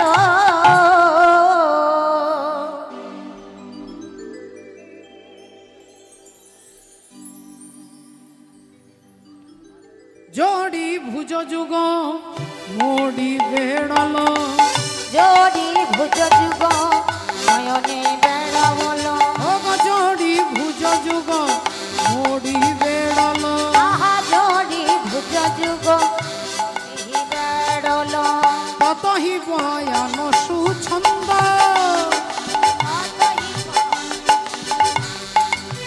ততহি বয়ান সুছন্দ, আহা ততহি পরাণ সুখ ছন্দ, দামিন চম্পকে কাম পূজন, আমি চম্পকে কামি পূজন, দামিনী চম্পকে কামিনী পূজন, আমি চম্পকে কামি পূজন, জয়ছে শারদ চন্দ, আহা জয়ছে শারদ চন্দ, আহা জয়ছে শারদ চন্দ। জয় রাধে জয়ছে শারদ চন্দ। জড়ি ভুজ যুগ মড়ি বেড়ল, রাস্তা দিয়ে যাচ্ছিল, রাস্তা দিয়ে যেতে যেতে কিভাবে একবার আমার দিকে ফিরে তাকালো, গজহু গামিনী বিহসী পালটি নিহারি। হাতি দেখবেন, হাতি যখন চলে, চলতে চলতে যদি পিছনের দিকে তাকায়, আমরা পিছনে যখন তাকাবো দেখবেন শুধু ঘাটটাকে ঘুরিয়ে দেব, বডিটাকে নয়, ঘাটটাকে ঘুরিয়ে আমরা পিছনটা দেখতে পাবো। কিন্তু হাতি যখন পিছনটা দেখবে সে কিন্তু টোটাল বডিটাকে ঘোরাবে এরকম, সে শুধুমাত্র ঘাটটা ঘুরিয়ে পিছনটা দেখতে পাবে না, সে পুরো শরীরটাকে এরকম করে ঘুরিয়ে পিছনের দিকে তাকায়। গোবিন্দ বলছে ওই সুন্দরী রমণী, ওই রমণী আমার দিকে তাকালো, ওই গজহু গামিনী হাতি যেভাবে সুন্দর করে ঘুরে তাকাই সেভাবে একবার তাকালো, আর তাকিয়ে তারপরে আবার চলেছে। আজ নিগাড়ি আনিল শাড়ি শ্রীমতী চলে, শ্রীমতী চলে, ওরাইয়া নীল শাড়ি শ্রীমতী চলে,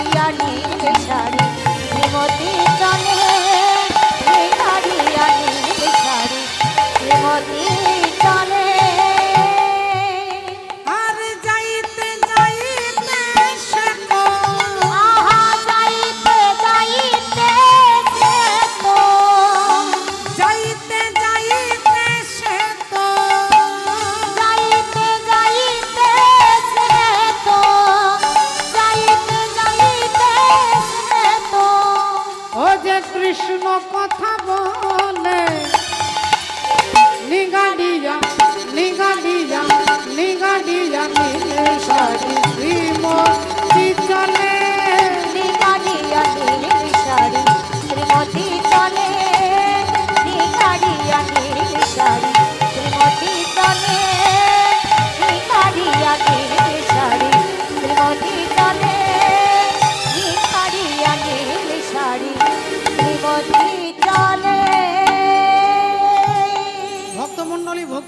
মায়েরা। বলে ওই যে একবার আমার দিকে তাকালো, ছবিটা আরো কেমন হলো না, ছবিটা আরো সুন্দর উজ্জ্বল হয়ে উঠলো। হরি বল, রাধে রাধে। ছবিটা আরো সুন্দর হয়ে উঠলো। এই যে এখানে এত সুন্দর সুন্দর চিত্রপটগুলো দেখছেন, দেখুন তার সাইডে সাইডে সুন্দর করে বর্ডার দেওয়া আছে, বর্ডার, জরির বর্ডার দেওয়া আছে। ছবিটা আরো বেশি উজ্জ্বল হচ্ছে, ওই বর্ডারটা দেওয়ার জন্য আরো বেশি চকচক করছে, আরো বেশি সৌন্দর্য হচ্ছে। বলে রাধারানী যে আমার দিকে তাকালো, জড়ি ভুজ যুগ মড়ি বেড়লো, এরকম এই রকম। তাহলে গোবিন্দ রাধারানীর বদন চন্দ্র সুন্দর তপ্ত কাঞ্চন গৌরাঙ্গী, মনে হচ্ছে যেন চাঁদ, আর তাতে সোনার মতো সোনালি রং হাতগুলো, সোনালি সোনালি হাতগুলো এরকম করে আছে, মনে হচ্ছে যেন ছবির মধ্যে কে একটা বর্ডার দিয়ে দিয়েছে। বাবা রাধে রাধে।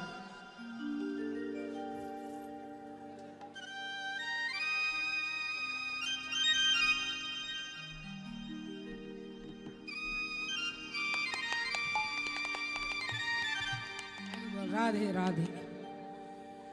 শ্রদ্ধেয় ভক্তমণ্ডলী, ভক্তিমতী মায়েরা, তাই আজকে এই কথা বলতে বলতে কথা বলছে দুজনে, মাননীয় ভক্তমণ্ডলী, ভক্তিমতী মায়েরা। দেখুন এখন সুবলের সঙ্গে ভগবান কৃষ্ণের কথা হচ্ছে, ভগবানের সঙ্গে সুবলের কথা হচ্ছে, সুবলের সঙ্গে ভগবানের কথা হচ্ছে।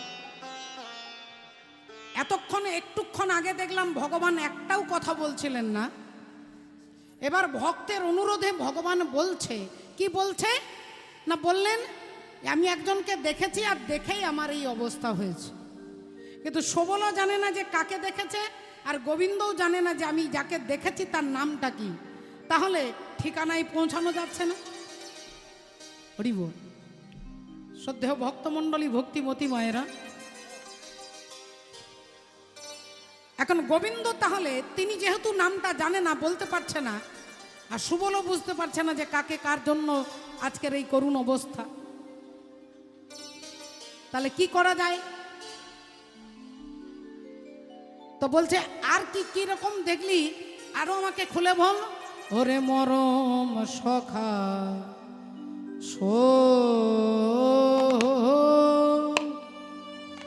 ধনী শোধনীকে কহ কে কহ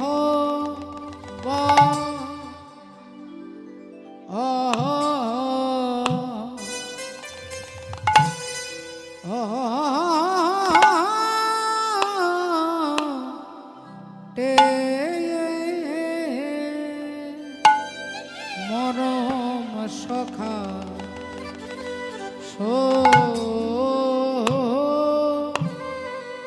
ধনী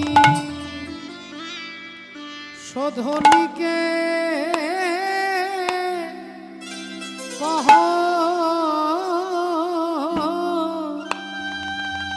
তুমি কি তা রে চিহ্ন সখা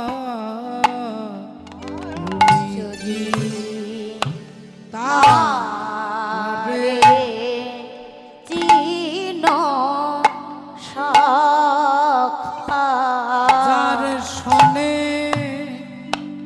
আমার হলো দেখা, যদি তারে চিহ্ন সখা যার শনে আমার হলো দেখা, নিকি তারে চিহ্ন সখা যার শনে আমার হলো দেখা, যদি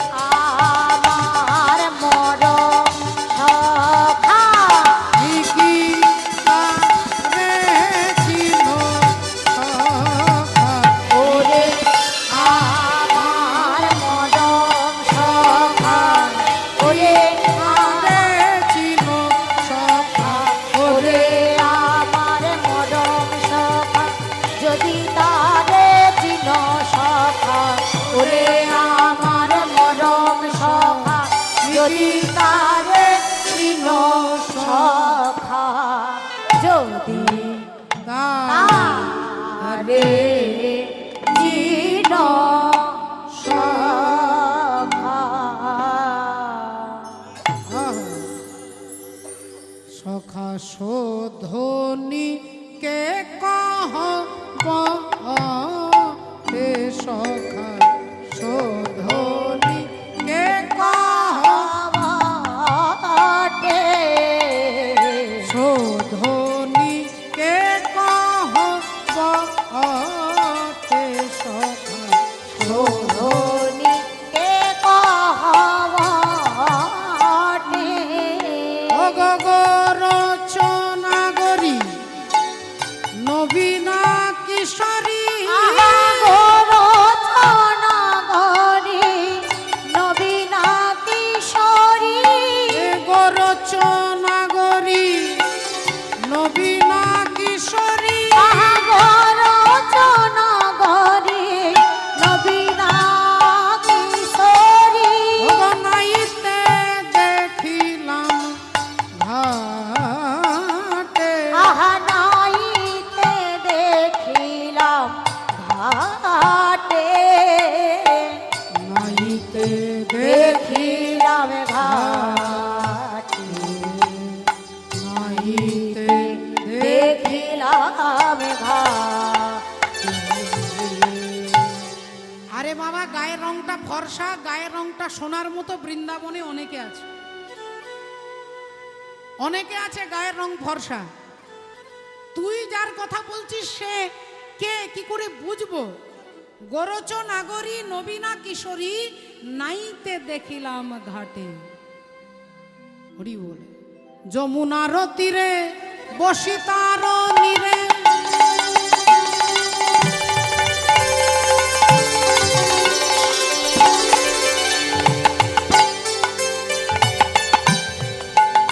আর যমুনার তীরে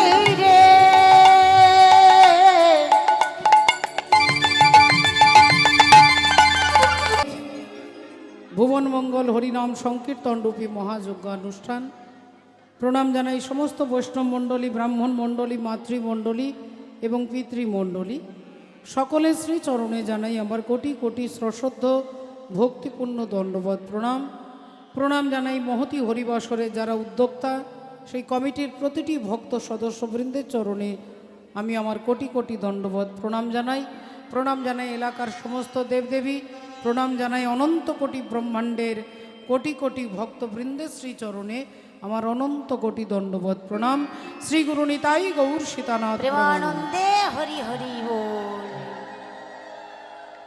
জয় নিতাই জয় রাধা পরম শ্রদ্ধেয় এবং শ্রদ্ধেয়া সমস্ত ভক্তমণ্ডলী ভক্তিমতী মায়েরা ভগবানের গুণানুকীর্তন ভগবানের লীলা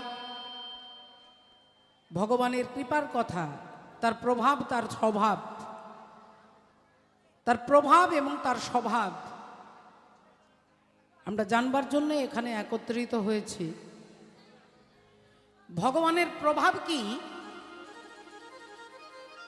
প্রতিটি গ্রন্থে বর্ণনা করা হলো গীতাতে ভগবানের প্রভাবের কথা বলছেন মহাভারত সেখানে ভগবানের প্রভাব রামায়ণ বলে সেখানেও প্রভাব সমস্ত পুরাণ উপপুরাণ আদি যত গ্রন্থ সব জায়গায় ভগবানের প্রভাবের কথা বলা হলো ভগবান এটা পারে ওটা পারে এটা করেছেন ওটা করেছেন আর প্রভাব দেখে অনেক সময় প্রভাবশালী ব্যক্তির প্রতি আমরা আকৃষ্ট হয়ে যাই প্রভাবশালী ব্যক্তির প্রতি দেখবেন সহজে যদি কেউ আকৃষ্ট যদি কেউ ভালোবেসে ফেলে সেই ভালোবাসাটা টিকসই হয় না মা ছেলেটা দেখতে খুব ভালো মেয়েটা দেখতে খুব ভালো ভালো লাগলো বিয়ে হলো কিছুদিন পরে তাদের মধ্যে বিচ্ছেদের একটা আভাস চলে আসে। কেন না, প্রভাবে ভালো লেগেছে, কিন্তু থাকতে থাকতে থাকতে যখন তার স্বভাবটা ধরা পড়ে যাবে যে যেটা আমি ভেবেছিলাম সেটা নয়, এই তক্ষণই কি হয় না, ধীরে ধীরে বিচ্ছেদের দিকে এগোতে থাকে। তাহলে গায়ের ক্ষমতা বেশি, তার জন্য তাকে বিয়ে করলাম। কেউ দেখতে ভালো, কারো টাকা পয়সা আছে, কেউ খুব ভালো ছবি আঁকে, কেউ খুব ভালো গান করে, এইটা দেখে যখন আকৃষ্ট হয়ে যায় তখন ভুল হয়ে যাওয়ার সম্ভাবনা থাকে। কিন্তু স্বভাবটা যদি জেনে কেউ তার সঙ্গে সম্পর্ক করে, বলে সেটা সহজে বিচ্ছেদ হয় না। তাহলে সমস্ত গ্রন্থে ভগবানের স্বভাবের কথা, প্রভাবের কথা বললেন, কিন্তু ভাগবত বলে ভগবানের স্বভাবের কথা বললেন। ভাগবতে দেখাচ্ছেন যে ভগবান এই রকম ভক্ত বৎসল, ভক্তের জন্য এটা করেছেন, ভক্তকে এইভাবে ভালোবাসেন। তাই সেই ভগবানের গুণানুকীর্তন আমরা সবাই শুনবার জন্য একত্রিত হয়েছি। আজকে নদিয়ার মাঝে ভগবান গৌর সুন্দর বিরস বদনে গোরা কেন আছো বসি, নয়নেরও লোরে মুখ বুকো যাই ভাসি। চোখের জলে মুখ বুক সব ভেসে যাচ্ছে। রাধে রাধে। গোরা কেন বা কাঁদে গো, কেন বা কাঁদে গো, বলি কেন বা কাঁদে গো, গোরা কেন বা কাঁদে গো, কিসের না গিয়া গোরা, গোরা কেন বা কাঁদে গো, কিসের না গিয়া গোরা কেন বা কাঁদে গো, বলি কিসের না গিয়া গোরা, কেন বা কাঁদে গো, কিসের না গিয়া গোরা কেন বা কাঁদে গো। আজকে ভগবান গৌর সুন্দর তিনি কৃষ্ণ প্রেমে, কৃষ্ণ প্রেম এই ভাবটা মনে হয়েছে, তাই আজকে তিনি কাঁদছেন। শুধু কাঁদছেন না মা, আজকে মাঝে মাঝে তিনি কেঁপে উঠছেন, অষ্টসাত্ত্বিক ভাবের উদয় হচ্ছে। যিনি কিনা প্রেমাবতার, প্রেম দান করতে, জগতের জীবকে প্রেম দিতে স্বয়ং ভগবান আসছেন। সেই প্রেমটা কি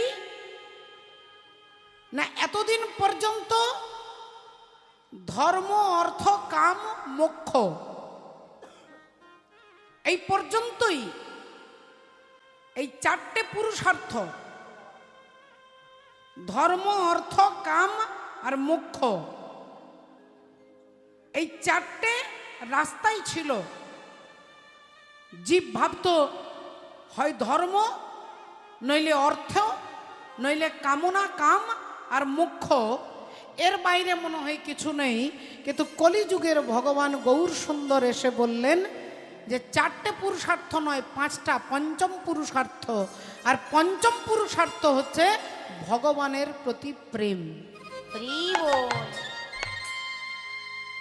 যা কোন যুগের ভগবান, কোন যুগের ভগবান জীবকে সেই সন্ধান দিতে পারেননি, সেই অধিকার দেননি। কলিযুগের ভগবান এসে সেই পঞ্চম পুরুষার্থ ভগবত প্রেম, ভগবানের প্রতি প্রেম, যা দেবতারাও চিন্তা করেন, ব্রহ্মা বিষ্ণু হরিবোল, সৃষ্টিকর্তা বাবা ভোলেনাথ, সমস্ত দেবী দেবতা এই প্রেম পাওয়ার জন্যই আবার এই কলিযুগে এই পৃথিবীর মাঝে তাদেরকে আসতে হচ্ছে, বা আসতে হচ্ছে সেই প্রেমটা পাওয়ার জন্য। প্রেম প্রয়োজন চাহ সেই ধন, অনিত্যতে মন মোজনা তাহলে এই পঞ্চম পুরুষার্থ ভগবানের প্রতি প্রেম, ভগবানকে ভালো লাগা। দেখুন, দেবকীও ভগবানকে সন্তান রূপে পেয়েছে আর মা যশোদা পেয়েছে, কিন্তু দুজনের ভালোবাসার মধ্যে পার্থক্যটা কি না? দেবকীর ভালোবাসা হচ্ছে সাধন সিদ্ধ ভালোবাসা, সাধনালব্ধ। আর মা যশোদার প্রেম বলে মা যশোদার হচ্ছে ভক্তি প্রেম। আমি তার মানে এটা বলছি না যে দেবকীর ভালোবাসার কোনো মূল্য নেই। সাধনালব্ধ। অনেকে ভাবেন যে পুজো করতে হবে, নিষ্ঠার সঙ্গে পুজো করেন, নিষ্ঠার সঙ্গে নাম জপ করেন, নিষ্ঠার সঙ্গে সমস্ত ব্রত করেন, এগুলো সাধনা বাবা।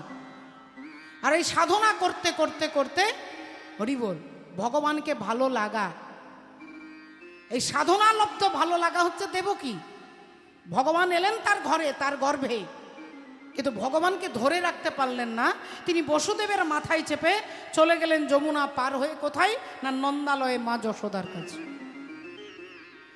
তাহলে সাধনালব্ধ ভগবানের প্রতি ভালোবাসা। ভগবান আসে কিন্তু ভগবানকে ধরে রাখতে পারে না। ভগবান কোথায় ধরা থাকে? বলে যেখানে প্রেম থাকে। হরি হরি ও মীরা কহে বিনা প্রেম সে না মিলে নন্দলালা। তাহলে সেই প্রেম পাওয়ার জন্য, সেই প্রেম কি জানাবার জন্য এই হরিবাসরে আপনারা এত সময় ব্যয় করে সংসারের সমস্ত নিত্য প্রয়োজনীয় কর্তব্য ত্যাগ করে এই ভগবানের হরিবাসরে হরি কথা শুনবার জন্য এসেছি। একবার সবাই মিলে বলবো নি তাই গৌর প্রেমানন্দ। হরি হরি ও জয় রাধা।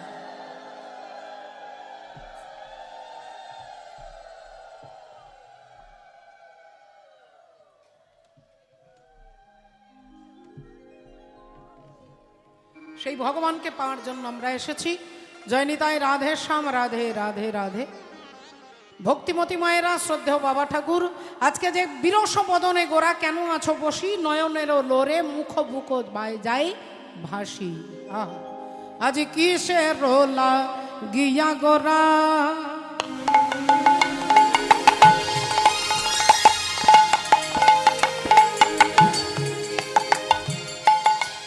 কিসে রোলা গিয়া গোরা,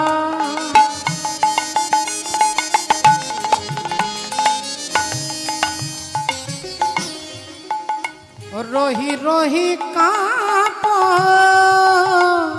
আহা কিসের গিয়া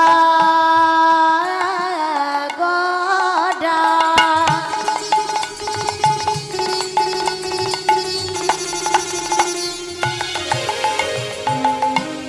রহি রহি কাপ, আর দর্শনে অধর বিম্ব, দর্শনে অধর বিম্ব, রহি রহি চাপ, আর দর্শনে ধরা বিম্ব, দর্শনে ধরা বিম্ব, রহি রহি চাপ, রহি রহি চাপ। বলি তোমার লীলা বুঝতে নারী, তোমার লীলা বুঝিতে নারী, ওগো তোমার লীলা বুঝতে নারী, তোমার লীলা বুঝিতে নারী, তুমি কখন কি কর হরি, তোমার লীলা বুঝিতে নারী, কখন কি কর হরি, তোমার লীলা বুঝিতে নারী, তুমি কখন কি কর হরি, তোমার লীলা বুঝিতে নারী, কখন কি কর হরি, তোমার লীলা বুঝিতে নারী, কখন কি কর হরি, তোমার লীলা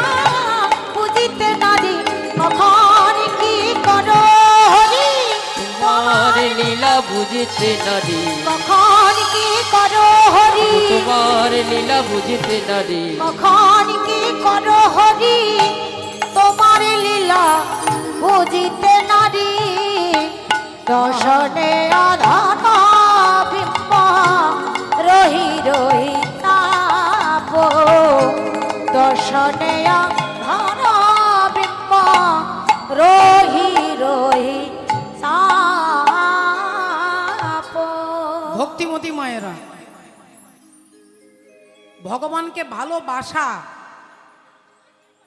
ভগবানকে ভালোবাসা তখনই হবে যখন ভগবানকে ভালো লাগবে। আগে ভালো লাগা, তারপরে ভালোবাসা।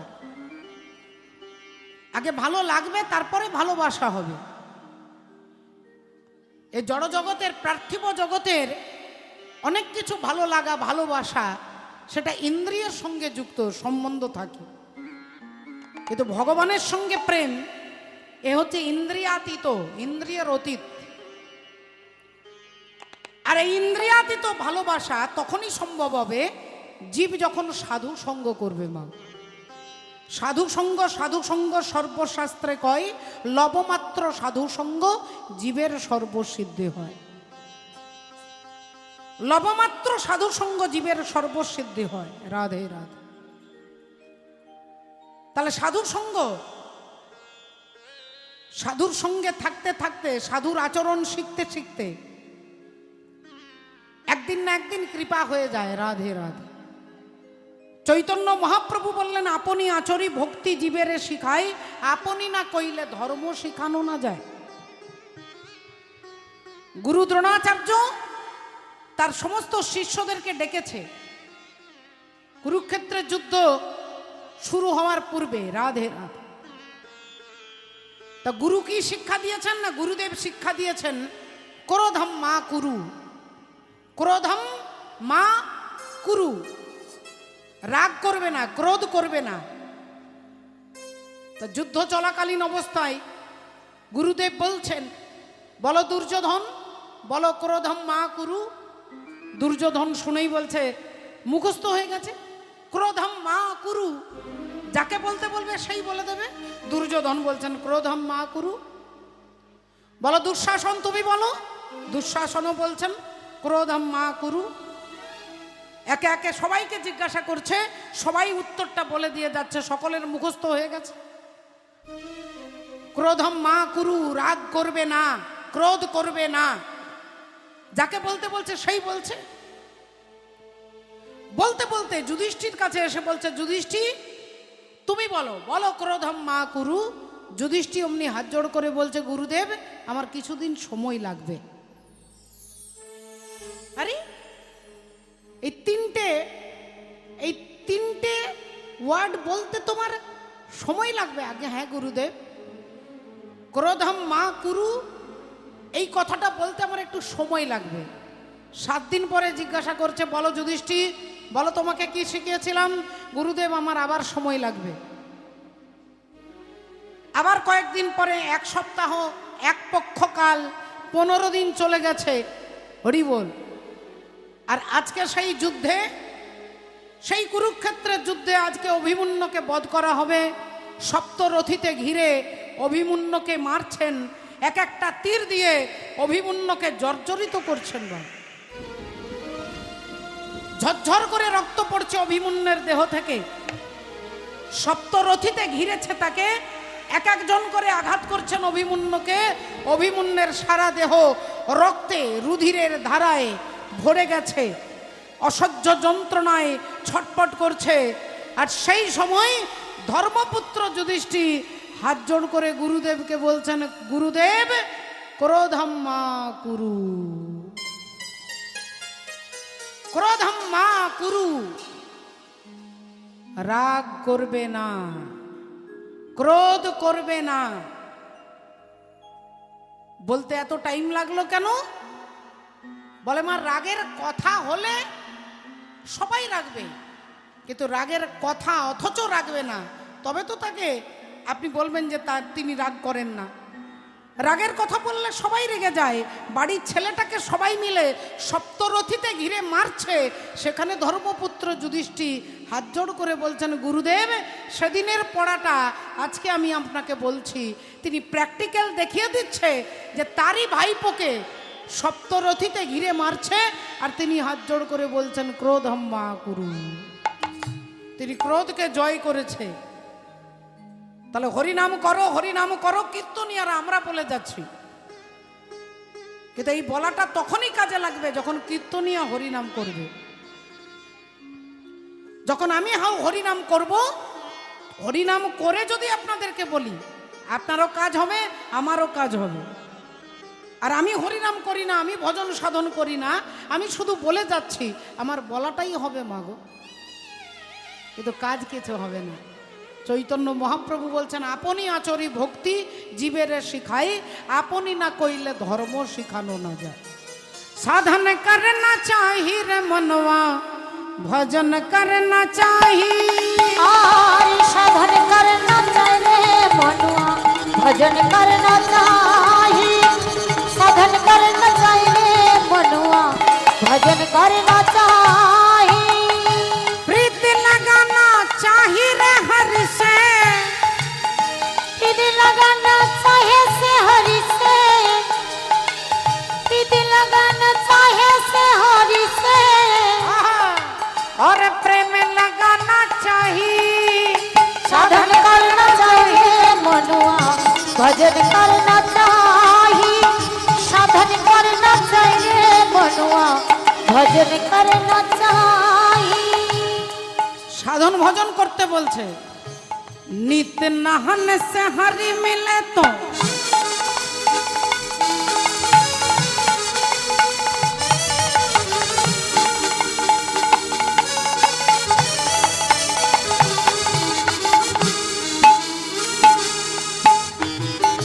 नित नहन से हरि मिले तो,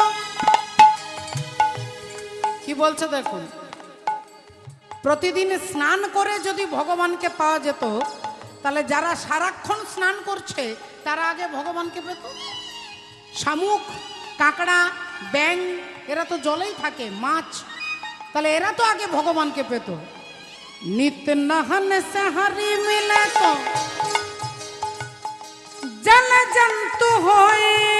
আহা জল জন্তু হই, জল জন্তু হই। और फल मूल खाके हरि मिले तो, फल मूल खाके हरि मिले तो, फल मूल खाके हरि मिले तो। बादुड़ बंद राय। भजन करना चाहिए मनुआ, साधन करना चाहिए। भजन करना चाहिए मनुआ, भजन करना चाहिए। हे साधन करना चाहिए मनुआ, भजन करना এবার কি चाहिए। বলছে? मनुआ, हाँ, राधे। भजन करना चाहिए। तुलसी पिंधिन हरि मिले तो,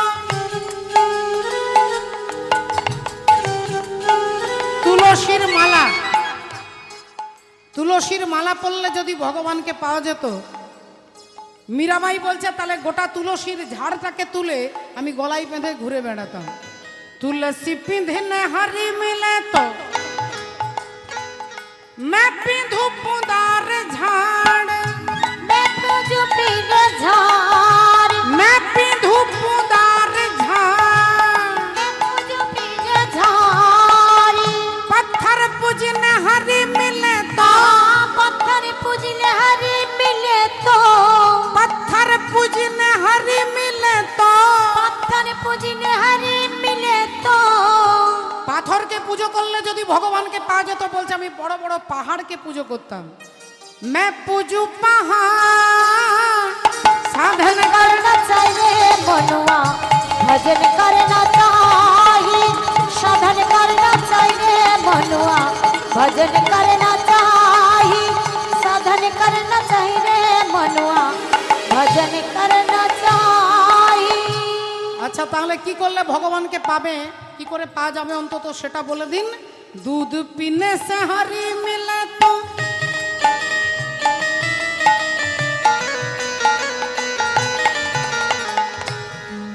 দুধ খেয়ে যদি ভগবানকে পাওয়া যেত, मीराबाई बोलছে दूध पीने से हरि मिले तो बहुत है गोवत्स वाला।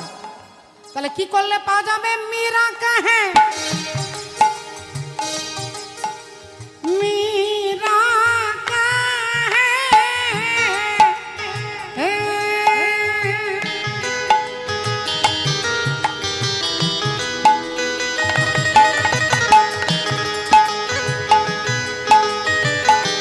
और मीरा कहे बिना प्रेम से मीरा कहे बिना प्रेम से ना मिले नंद लाला। साधन करना चाहिए मनुआ, भजन करना चाहिए। साधन करना चाहिए मनुआ, भजन करना चाहिए। साधन करना चाहिए मनुआ, भजन करना चाहिए। साधन करना चाहिए मनुआ, भजन करना चाहिए। শ্রদ্ধেয় ভক্তমণ্ডলী, ভক্তিমতী মায়েরা,